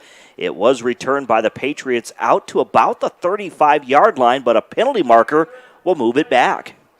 Yeah, it was Gavin Bryson who got that. It looked like he had a nice little avenue to return it up, but maybe it's because there was a holder of illegal block in there. Either way, he got tripped up, and they're going to move it back. So they're going to set up, like I said, I suspect a heavy dose, like a nice little bunch formation over there. Sioux Falls Lincoln going from left to right. They'll hand it off to Angel Jersigi. He spins out of a tackle, still on his feet. Now the ball is loose. And I think it was picked up by another by one of the linemen who was trying to push him up the field. He is fortunate. He was trying to spin out of tackles. He spun out of a couple of them, and then he loses the football. And like you said, one of his linemen came up with it. It kind of looked like somebody grabbed a face mask. It was right in the teeth there because his kind of head kind of spun around as he was spinning around. And no call, which is fine with me, but good hard running by Jersigi. They take it to the 33-yard line. Screen pass to the outside there. It's caught by the receiver, and he is going to be forced out of bounds. That's number 8, Gavin Bryson. Yeah, he looks like a pretty solid-looking receiver. Again, a nice little, conservative play, just something a little out, getting some confidence of your receiver. But we got another flag on the field. Gavin Bryson, talk about his size. He's 6'4", 190 pounds, but even with that tall frame, looks even bigger than that. Yeah, and it looks like he could be one of the big blockers up front, seriously. A big tight end, something like that. So we had a penalty marker against Sioux Falls Lincoln. That will push the ball back to the Patriot 26-yard line. So now 1st and 17 for the Patriots. Here's Tate Schaefer from the shotgun, has a man in motion. Jersigi, the lone setback, hands it off. He takes it to the left side of the field. He's so quick. He's only 5'8", but he tries to spin out of tackles. He's going to be wrapped up, though, as he gets to the 31-yard line. That's going to be a gain of about 5 yards. Yeah, he's got great quickness, puts his foot in the ground. He keeps his feet running when he runs into a tackler. 2nd and 12. There's Schaefer down the left sideline, has a wide receiver wide open. There could have been broken coverage there, but the receiver, though, which was number 10, Gage Gardner, is overthrown. Yeah, he was wide open. It was a great play, good play call, like you said. Could have been busted coverage, and that could have been detrimental to the Cobblers.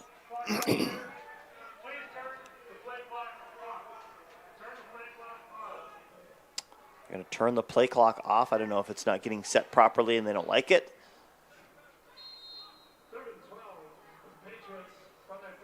So it's now going to be 3rd and 12. Here's Schaefer, screen pass to Jersigi. He's able to escape one tackler and he gets out past the 40-yard line.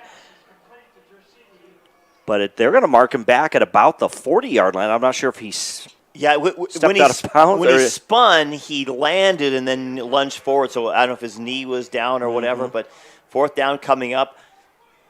They're up comfortably, going to go for it here. 4th and 3 coming up. They're on the 40. They need to get to the 43-yard line. Going from left to right.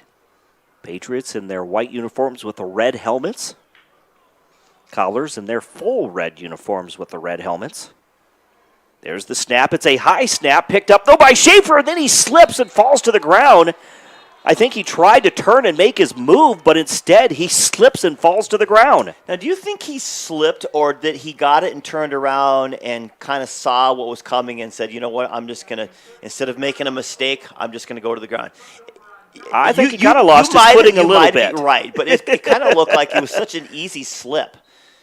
It wasn't like, because when somebody slips, they usually looks wild in their slip, but he kind of looked like he just kind of, it was kind of a half and half. That's just my thought. It will be, though, Cobbler football after the turnover on downs. Here's Ryan Wetch from the shotgun. He'll give the ball to number 5. That's going to be Aiden Mason, who's back in the ball game. And, I'm hoping we'll find out here shortly, or could find out here shortly, Coach Cruz, what they adjusted on, definitely on special teams opportunities. I know we talked, about what adjustments in general for offense, but we'll see if we get to a punting situation, what kind of adjustments they made there. That's going to be a loss of 2 on that carry by Aiden Mason. So now Wetch from the shotgun. He's going to look to his right, has a receiver on a curl route. He's able to make the catch, get down to the 25-yard line. Going to be shy of a first down by just a yard or 2. You run those curl routes, and he goes to the outside, which I believe it's called a hook. I've heard him called both. So curls inside, a hook is outside, or vice versa.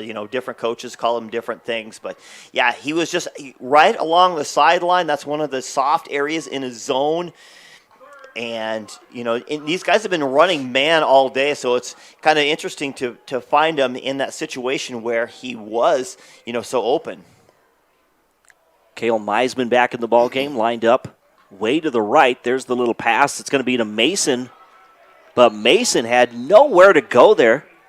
Just kind of a little shovel pass there.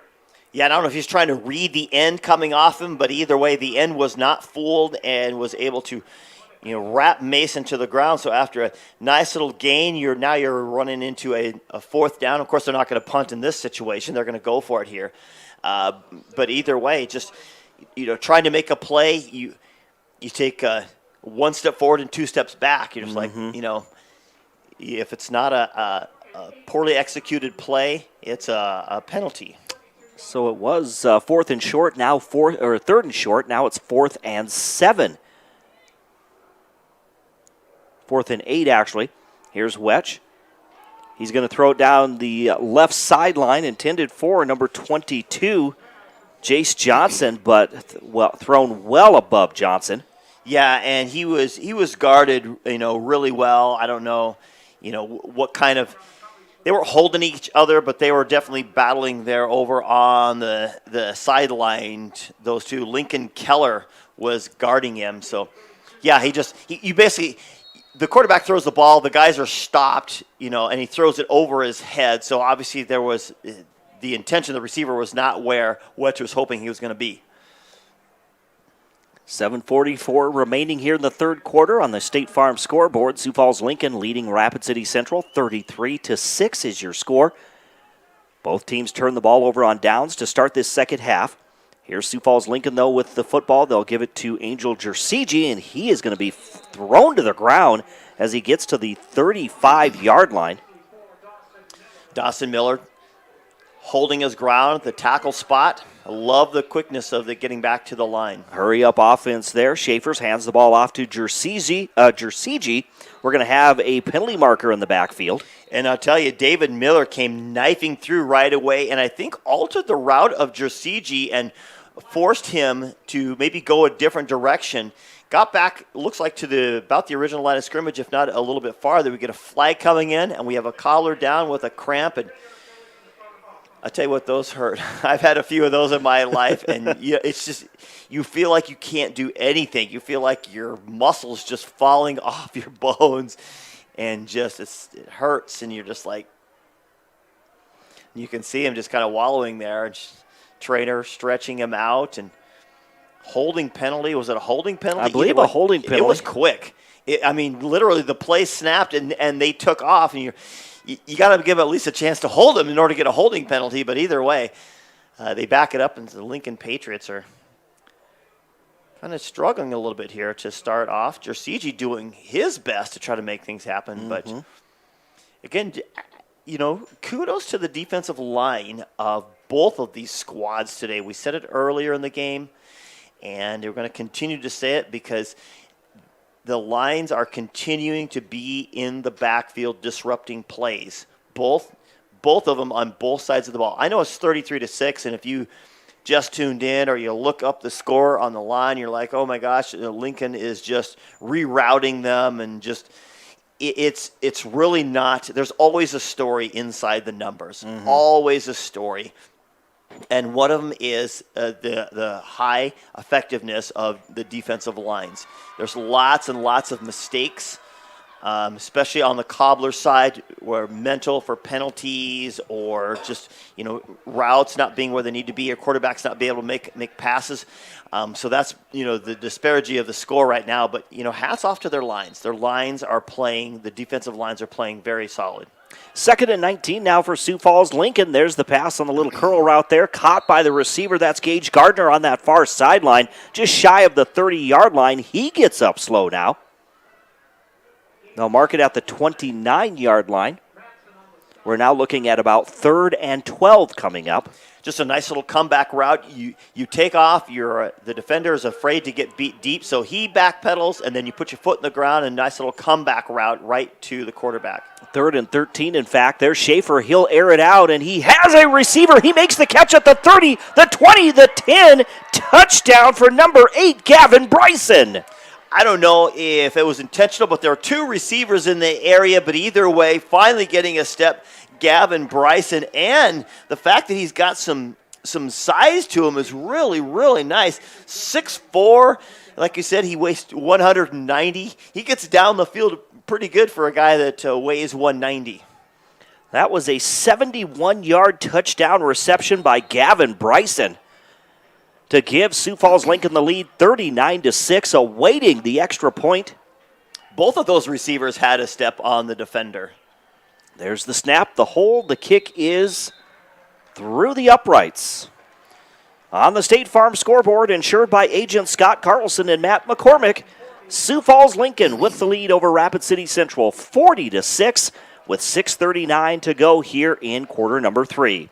This is high school football on 106.7 FM, 1150 AM, Fox Sports Rapid City, and foxsportsrapidcity.com. We're back after this quick break.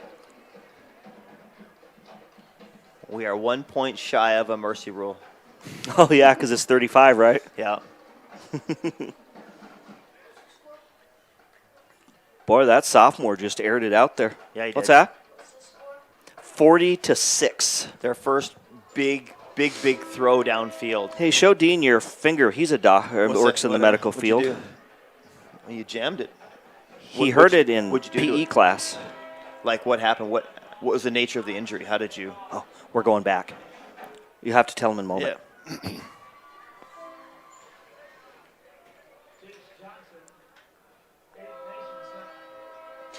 We're back here at the Anytime Auto Sales Service and Detail broadcast booth, sales, service, and side-by-sides. Here at Dunham Field at O'Hara Stadium, Jerome Wickersham and Dean Gurr on Fox Sports Rapid City. And the ball, or the wind, not cooperating this afternoon as they are having trouble. Here's the kickoff, but having trouble keeping the ball on the tee. Sioux Falls Lincoln, like I said, with that lead, 40-6 after a 71-yard touchdown strike to Gavin Bryson. That's odd. You have your gunner, the guy all the way at the end of the line, come in and hold your ball. Just a squib kick there. It's going to take a bounce, and it's going to be picked up. It hits a cobbler, then picked up by number 4. That's Seth Davis. Very short return there, maybe just a couple of yards for Davis. And the Cobblers will have the football. 6:32 to go here in the third quarter. Yeah, they didn't kick it a long way, just a little slow squib kick, and obviously he did his job because the coach is giving him a pat on the helmet. That's number 81, Dawson Syme. But just hitting the wrong guy, making it bounce around, I assume. 1st and 10 for the Cobblers on their own 29-yard line, going from right to left. Ryan Wetch in at quarterback, the sophomore quarterback for the Cobblers. 2 receivers to the right, 1 to the left. Has Darrow and Davis lined up to each side of him. There's the pass to the middle of the field. It's caught by the receiver. Number 11 makes the catch. That's going to be Jace Brown. Nice little underneath route. Just a nice little safe pass again, going into the wind. And we got another Cobbler down on the far sideline. But, you know, kind of spreading the field out a little bit. You kind of see they've got running backs flaring on each side of him. Kind of wasn't sure if he was going to dump it off to one of them, but he did a good job. Wetch did, keeping the ball downfield. I think we're going to get a penalty with illegal substitution. It looked like Scott Jacobson. I didn't see a flag on the field, but I saw maybe that's just saying that's my official timeout is what he's saying. But either way, for another injury. That's the third Cobbler that's had cramps so far. It is. That's definitely been. It's not that hot out. No, about or it doesn't seem like it. We were about 74 degrees here at kickoff. Yeah, and it's supposed to warm up. I didn't necessarily today, but in the next couple of days. But either way, hydration's such a key issue, and they say get water, and actually good hydration is actually drinking water before your game day. So it isn't drinking water that day. It's actually the day before. You want to get in the 1 or 2 days before, because you want to get your cells the hydration that it needs. So when you start losing your fluids, you actually don't. It isn't just all your cells shriveling up, because they're actually well hydrated. So we'll come back here with 6:14 to go after the Cobbler was helped off. Here's Wetch from the shotgun. Hands it off to Mason. Mason breaks a tackle. Still on his feet out past the 40, close to the 45-yard line. A nice run there by Aiden Mason. Stopped at about the 45-yard line. That's going to be enough for a first down, though. They needed 2. And they're going to get about 6 yards on that one.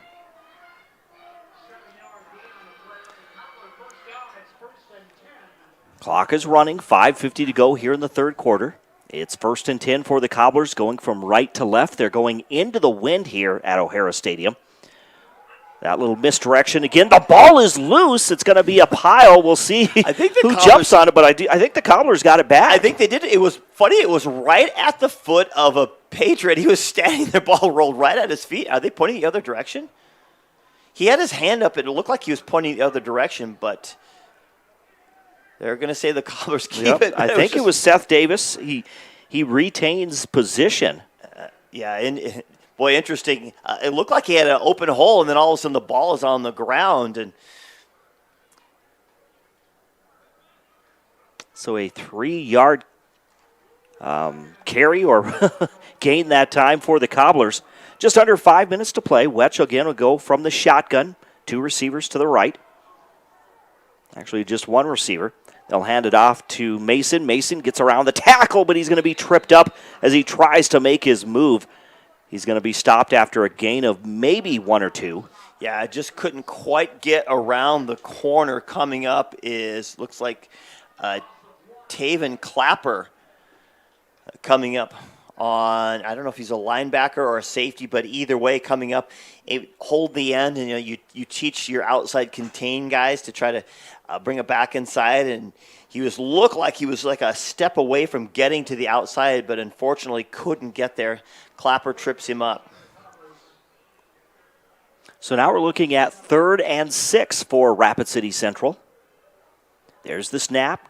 Wetch drops back from the shotgun. A little slant route there. Almost picked off, intended for Cole Meisman, but it was almost intercepted by Sioux Falls Lincoln. Yeah, Cale Meisman just looked like the route, the timing, everything was perfect, but you had the defender that was looks like number 28, Ryan Hirsch, played it just perfectly, read the cut and cut underneath it and had it, and it was a low throw in his hands anyway, just couldn't hold on to the ball.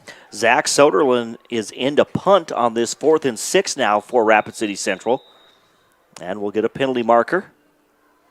Looked like the Cobbler on this left side move, but we'll hear from Scott Jacobson.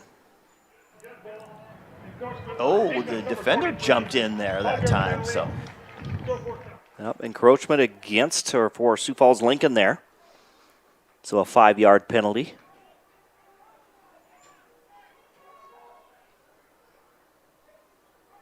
So they move the ball into Patriot territory. 5 yards to the 48-yard line. 4th and 2 for the Cobblers. Does that change anything? I should, but they're not going to. I mean, they're down by 36 points. Why are you punting? There's the punt by Soderlund. Takes a bounce at the 30, down to the 25. Still rolling down inside the 20-yard line. And the Cobblers will down the football at the 18-yard line with 3:50 to go in this third quarter. I'm going to have to do a little research. I'm just thinking, we talked about this in the first half. how do you let somebody come right through the middle of your punt formation, right? The closest line, you're taught to block inside out. So the closest line to your punter is right up the middle. The Cobblers are not, and I thought maybe they might be able to make adjustment or whatever they need to. They just literally let the guy run right into the punter. Here's Jersey down that left sideline, forced out of bounds, though. He was on his way. He had an open field in front of him. Saw a lot of green, but he's forced out of bounds on that far sideline.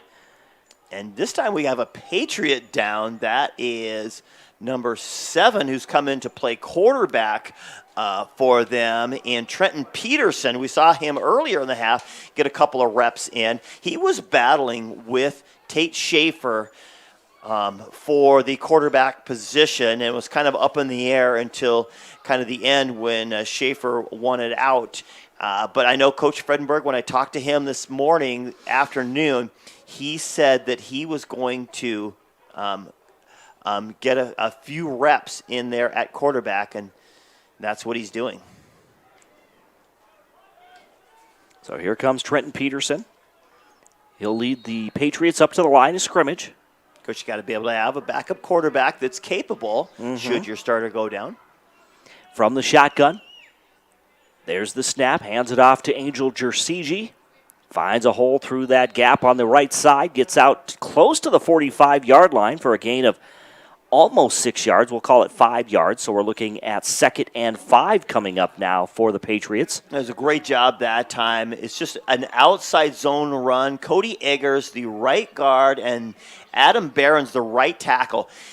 When you run that little outside, you run kind of a zone, what's called a reach block, and you have to get the guy on your outside, and you got to get some hands on him, get him on the V of the neck and the outside of the breastplate there, and just kind of ride with him, and that's exactly what they did and open up that hole for Jersey. Jersey again sheds a tackler, gets through the hole there right up the middle, and he's able to get the first down. He takes it from the 45 to the 46, from the 45 of the Patriots to the 47 of the Cobblers. That's a gain of 8 yards nonetheless, and a first down for Sioux Falls Lincoln. Just kind of driving forward. I saw Scott Jacobson talk to his umpire, and looked like they're kind of getting things together. There's no flag, so that didn't happen. Of course, they're not using the 40-second clock. They're keeping that on the field. They'll hand it off to Jersey again. He is met at the line of scrimmage, able to find a little bit of positive yards, though. He stopped right at about the 45-yard line. That would be a gain of 2. Now 2nd and 8 coming up for the Patriots. I know Jackson Fairchild, their inside linebacker, had a clear shot at him and went in with his shoulder and didn't get much of him. Just goes to show you the good running backs are able to not let the defender get the, quote, good hit. They might tackle him, but they won't get that solid hit on him, just being elusive. Peterson in trouble. He dropped the ball, I think, for a moment. He picks it back up, but he's going to be sacked back at the 48-yard line. Right, and Will Papke coming in from his defensive spot was being blocked, but he circled around and he kind of forced Peterson to kind of spin around. That's when he dropped the ball, and the Cobblers able to collapse on him and force a big 3rd and long situation for the Patriots. Clock is running now down to 1:40 here in the 3rd quarter. A 34-point lead for Sioux Falls Lincoln. Trenton Peterson comes back out on the field. Gets the call from his head coach there, Jared Fredenberg. We're looking at 3rd and long, so 3rd and about 13 from midfield after that sack.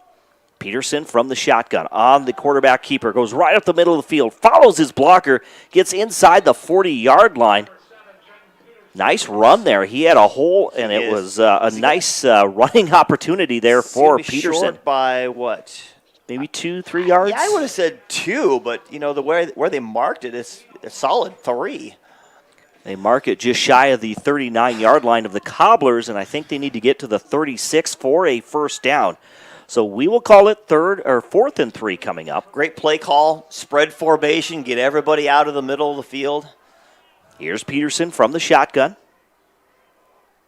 And he is going to be sacked at the 46-yard line. The Cobblers come in there quickly, and Zach Soderlund with the sack for Rapid City Central. Yeah, it was a called blitz on that. It's like, hey, we're going all or nothing here. We're down 36 points, or 34 points rather. It's all or nothing, and they put the pressure. And I think it was just going to be a designed little throw or some little screen where you're going to pick up a couple of yards, kind of the direction that Peterson was going. But either way, coming down with a big-time sack, and the Cobblers getting the ball back.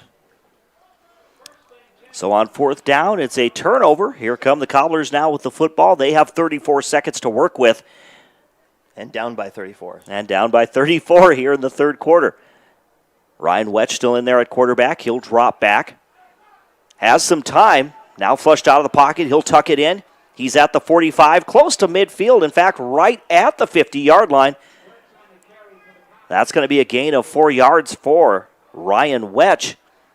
And that may just run out the clock because we have another player injured. This one, Sioux Falls Lincoln, which again, it's been hindering both teams. Right. This Absolutely. getting cramped up out there. A hydration situation out there. But, Ryan Wetch on that last run kind of shows me that Coach Cruz loves his arm and his brain. Because he was not by any means elusive or anything as he was out there, trying to run around. He got the tackle, and you can see that, he wasn't going to be that linebacker type where he's just going to blast somebody. He did a good job. He had the time. He was able to move around. He's made a few good throws today, but he's definitely not that elusive, running around. We see across the stage just extremely talented quarterbacks in their athletic ability and what they can do. But, Wetch he stands in the pocket there, looks around, did a good job of surveying the field and try to find what he's looking for. Keaton Lechtenberg was the injured Patriot. He is off the field. There's a small tumbleweed rolling across the field. I didn't think we'd see that on an AstroTurf. That's the end of the third quarter, though. They do get the pass away. You hear the horn, but they get the pass complete to that far sideline. No gain, though, on the play. That'll do it. That's the end of 3 quarters of play here at O'Hara Stadium. On the State Farm scoreboard, it is Sioux Falls Lincoln 40, Rapid City Central 6. We'll be back with fourth quarter action right here on 106.7 FM, 1150 AM, Fox Sports Rapid City, and foxsportsrapidcity.com, also on GoCobblersLive.com.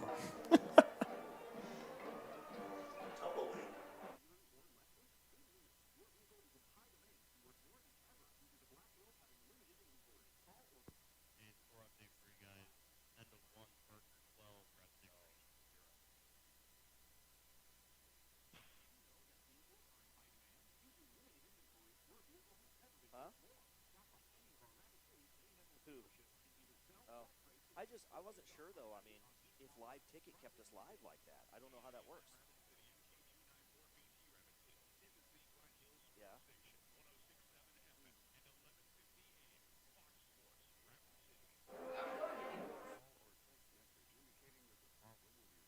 Okay.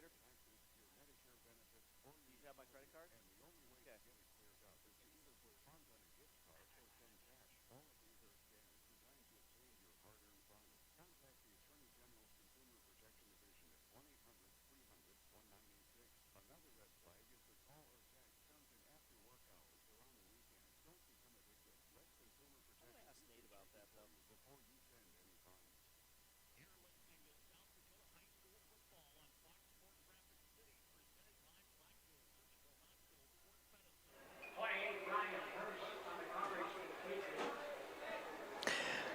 And we're back here at the Anytime Auto Sales Service and Detail broadcast booth. Jerome Wickersham and Dean Gurr as we start this fourth quarter with Sioux Falls Lincoln leading Rapid City Central 40-6 on the State Farm scoreboard. On third down, it was a pass play to the left side to Cale Meisman, but it was incomplete. We're now looking at 4th and 6 coming up for Rapid City Central. They'll go trips, actually 2 receivers to the right, 1 to the left. That's Meisman on single coverage. They're going to air it down that left sideline, and it is underthrown. I think Meisman, a little frustration there as he kind Right. of puts his arms up, maybe thinking that there was contact with the defender. And I don't think it was a catchable ball. He's probably saying that guy boxed me out, but I think that's just another great play by a defender, doing what he needs to. Now he wants to get back, but wait a minute. The defender is doing his job. Each player, the defender and the receiver, both have equal opportunity at the ball. There's no, preference one way or another as far as rules go for that situation. So they have to be able to both get an opportunity, and he just did a great job of boxing him out. So a turnover on downs. That will give the football now to the Patriots. Peterson in there at quarterback now, Trenton Peterson. And a new running back, Bentley Williams, a sophomore, coming in. 5'4", 140. You don't hear that too often when you're talking about high school, especially at the AAA level.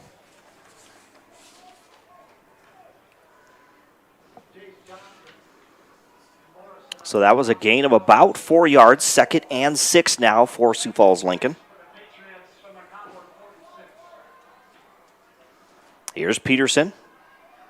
Hands the ball off. It'll go to Bentley Williams again. What a hit that time. I believe that was number 87 for the Cobblers coming up, Jackson Fairchild, and laid an absolute lick, totally rerouted the running back Williams for the Patriots. And I heard a couple of parents down underneath us here as we're on the ramp side make a couple of comments. I thought maybe the crowd would be, cheering a little bit on that hit.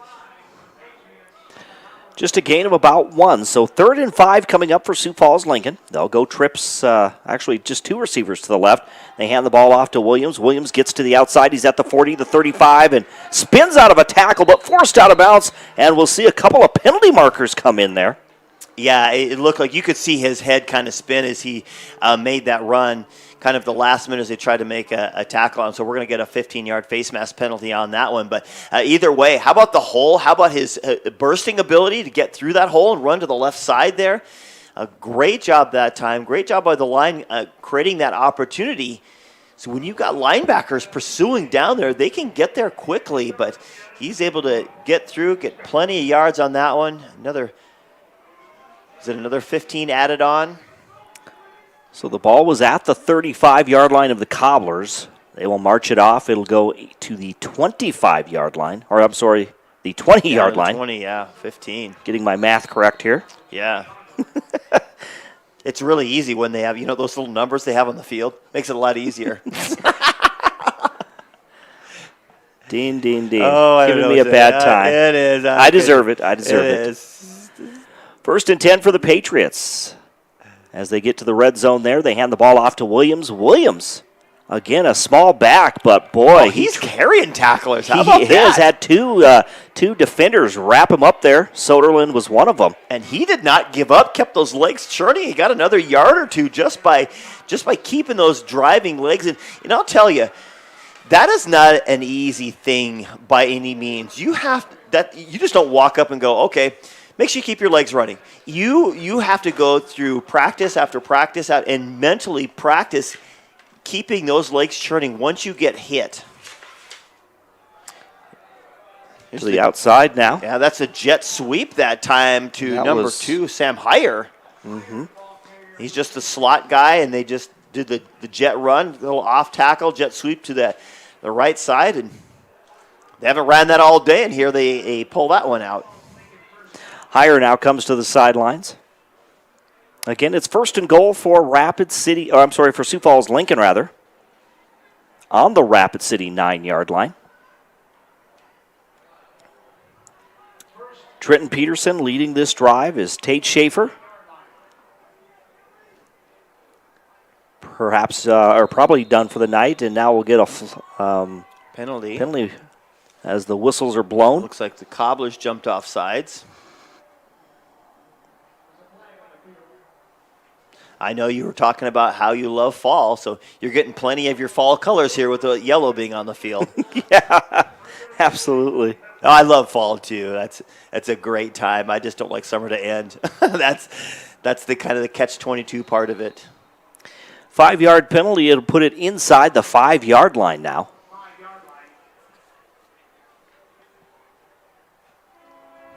They'll send two receivers to the left, one to the right. Peterson from the shotgun. Williams lined up as the lone setback. There's the handoff to Williams. Williams breaking some tackles, dives forward, but he's going to come up short. It looks like they'll mark him at the 2-yard line. Nice job again by Williams. There was Cobblers all over the place. He's able to keep going.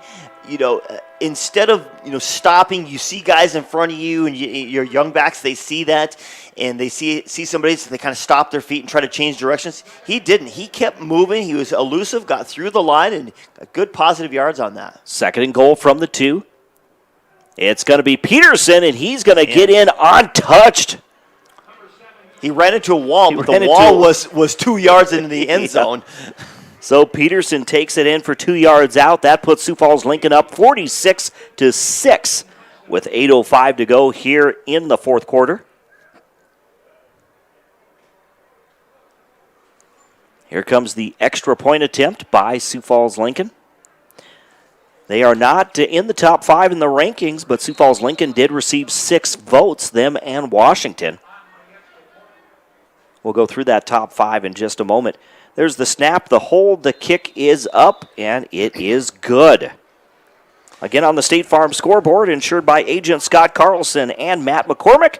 Sioux Falls Lincoln 47, Rapid City Central 6 with 8:05 to go here in the first quarter. While we have a chance real quickly, looking at that Class 11 AAA, Harrisburg, they had a big win over Pierre, which was the top-ranked team in Class 11 AA. Harrisburg gets the win last night. Brandon Valley, in a game that we saw here, they defeated Rapid City Stevens, 14-0. I know there's no victories, but we called it the moral victory for Rapid City Stevens, holding Brandon Valley to just 14 points in that contest. Right, and one of them was, in particular, was just by the poor execution by their punting team, and so it gave a nice short field. And the other one was that they're a legit play, but the defender was really, really close there, so he was right there. But a good pass by Brandon Valley got him in the end zone. That was the first score, and the second one again set up by just poor execution by special teams. Second half, no points by Brandon Valley. So there were a lot of positive things to take away from that unfortunate 14-0 loss. And then the Dakota Bowl tonight in Sioux Falls. That's Sioux Falls O'Gorman, the 4th-ranked team, taking on the 3rd-ranked Sioux Falls Roosevelt Rough Riders. And then, of course, Sioux Falls Jefferson, they get the win as well yesterday in their inaugural season.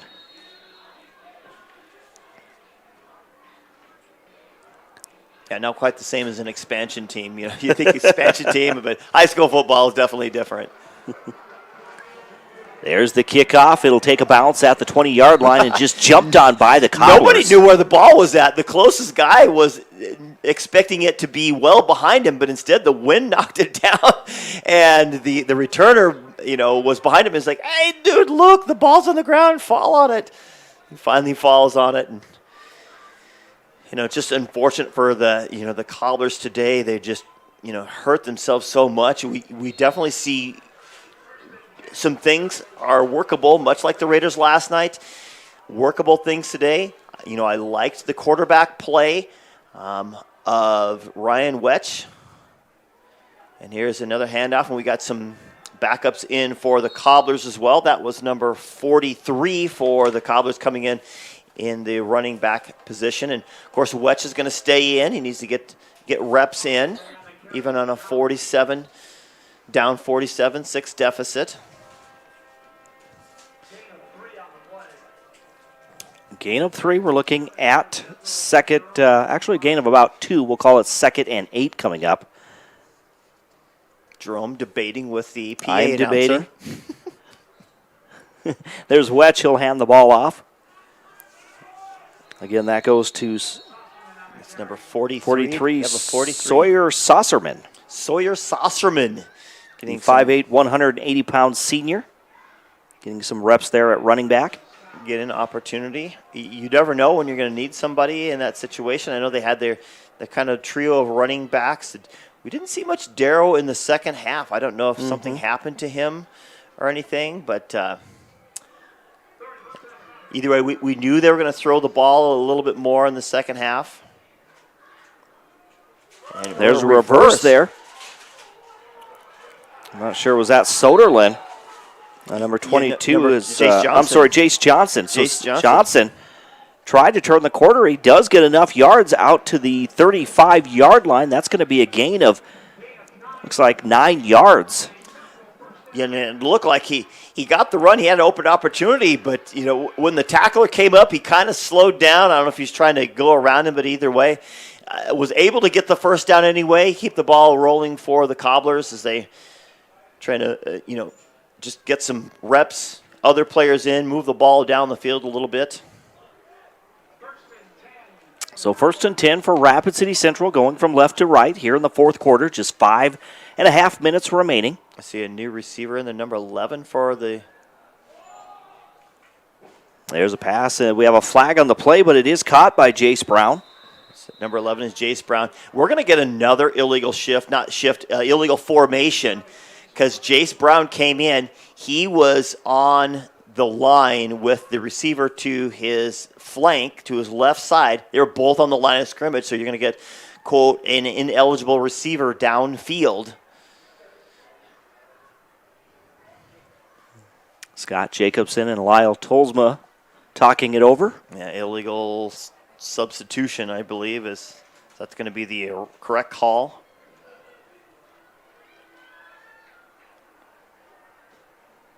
I'm going to talk to him what they want to do. And they will accept the penalty. 5-yard penalty, so they will replay. First down, they'll move the ball back to the 30-yard line. So now we're still looking at 1st and 10. Or no, they do move it back the 5 yards to the 30. Right, yeah.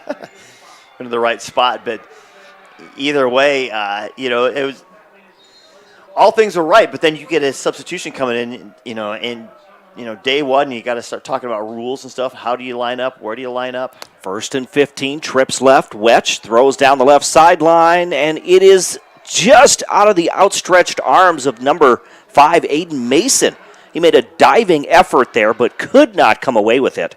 Again, guys in the secondary finding holes in there, and that's got to be somewhat concerning for Fredenberg and somewhat encouraging for Coach Cruz as he's got guys running in areas where they need to be.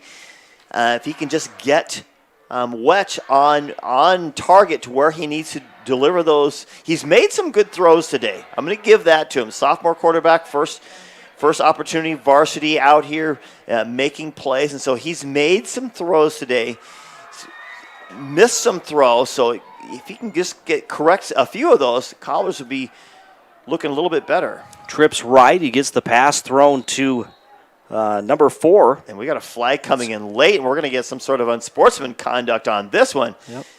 Getting kind of ugly here toward the end of the game here.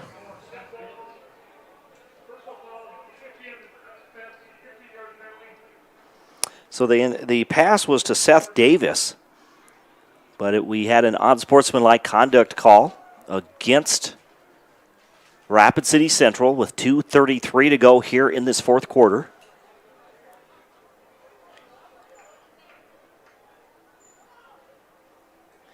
Good communication by the officials. They're getting together. They're talking it over. Where are we spotting this? Where are we moving it? Of course, a veteran crew, Scott Jacobson. So they move the ball back inside the 20 down to the 15-yard line. So the Cobblers going in the opposite direction. Of course, due to the mercy rule, it's a running clock once we hit 35 points or more. So the clock is running, just under 2 minutes to play on 3rd and long, and almost picked off. Almost an interception there. Would have been the first one for the Patriots that afternoon. Isaac Carrazzo there read it well, just kind of tried to undercut the route. I think the ball was actually thrown a little bit behind the receiver, but either way, they've had a couple of missed opportunities here for interceptions have the Patriots this afternoon. 90 seconds to go, 4th and 30 for Rapid City Central. Zach Soderlund will punt from the 5-yard line. There's the snap. Takes that run. There's the punt. It's going to be caught by Sioux Falls Lincoln at the 50. Instead, he goes backwards, though. Yeah. Tried to make a move, but he's going to be pushed back to the 48-yard line. Yeah, you know, tip of the hat to the punt coverage team. Nice job that time. They corralled him. You get one guy coming from each side to try to get him to force him not to run outside one way or another. Was Jace Johnson who finally tracked him down. He was the first one there, and he tried to run away from him and realized he's got another cobbler coming. So he just took it down, and Jace Johnson, again, nice job on the coverage. Peterson fakes the handoff. There's the design quarterback keeper. Gets out to the 45, runs out of bounds at the 40-yard line. But again, the clock will continue to run, and that will probably do it. Yeah, we got a penalty coming at the last. Is there two of them?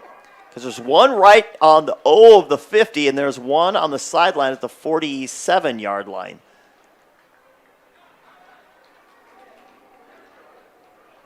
So that was against Sioux Falls Lincoln, but they, I believe, don't even have to run a play. The clock is down to 10 seconds.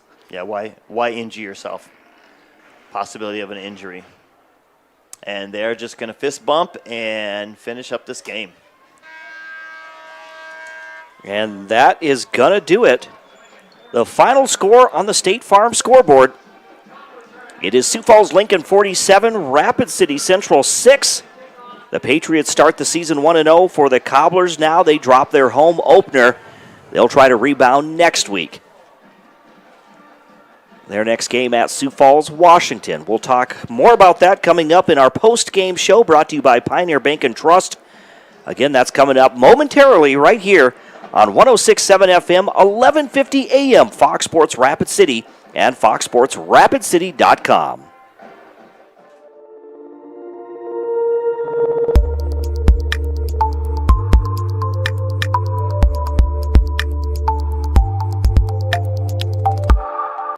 Family is the fabric of who we are, the generations that came before us, and the ones that will carry on after.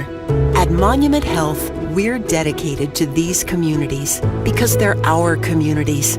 We're committed to building the healthcare system of tomorrow with medical knowledge and expertise you can trust close to home. Here to care, here to connect, here for you today and tomorrow. Monument Health.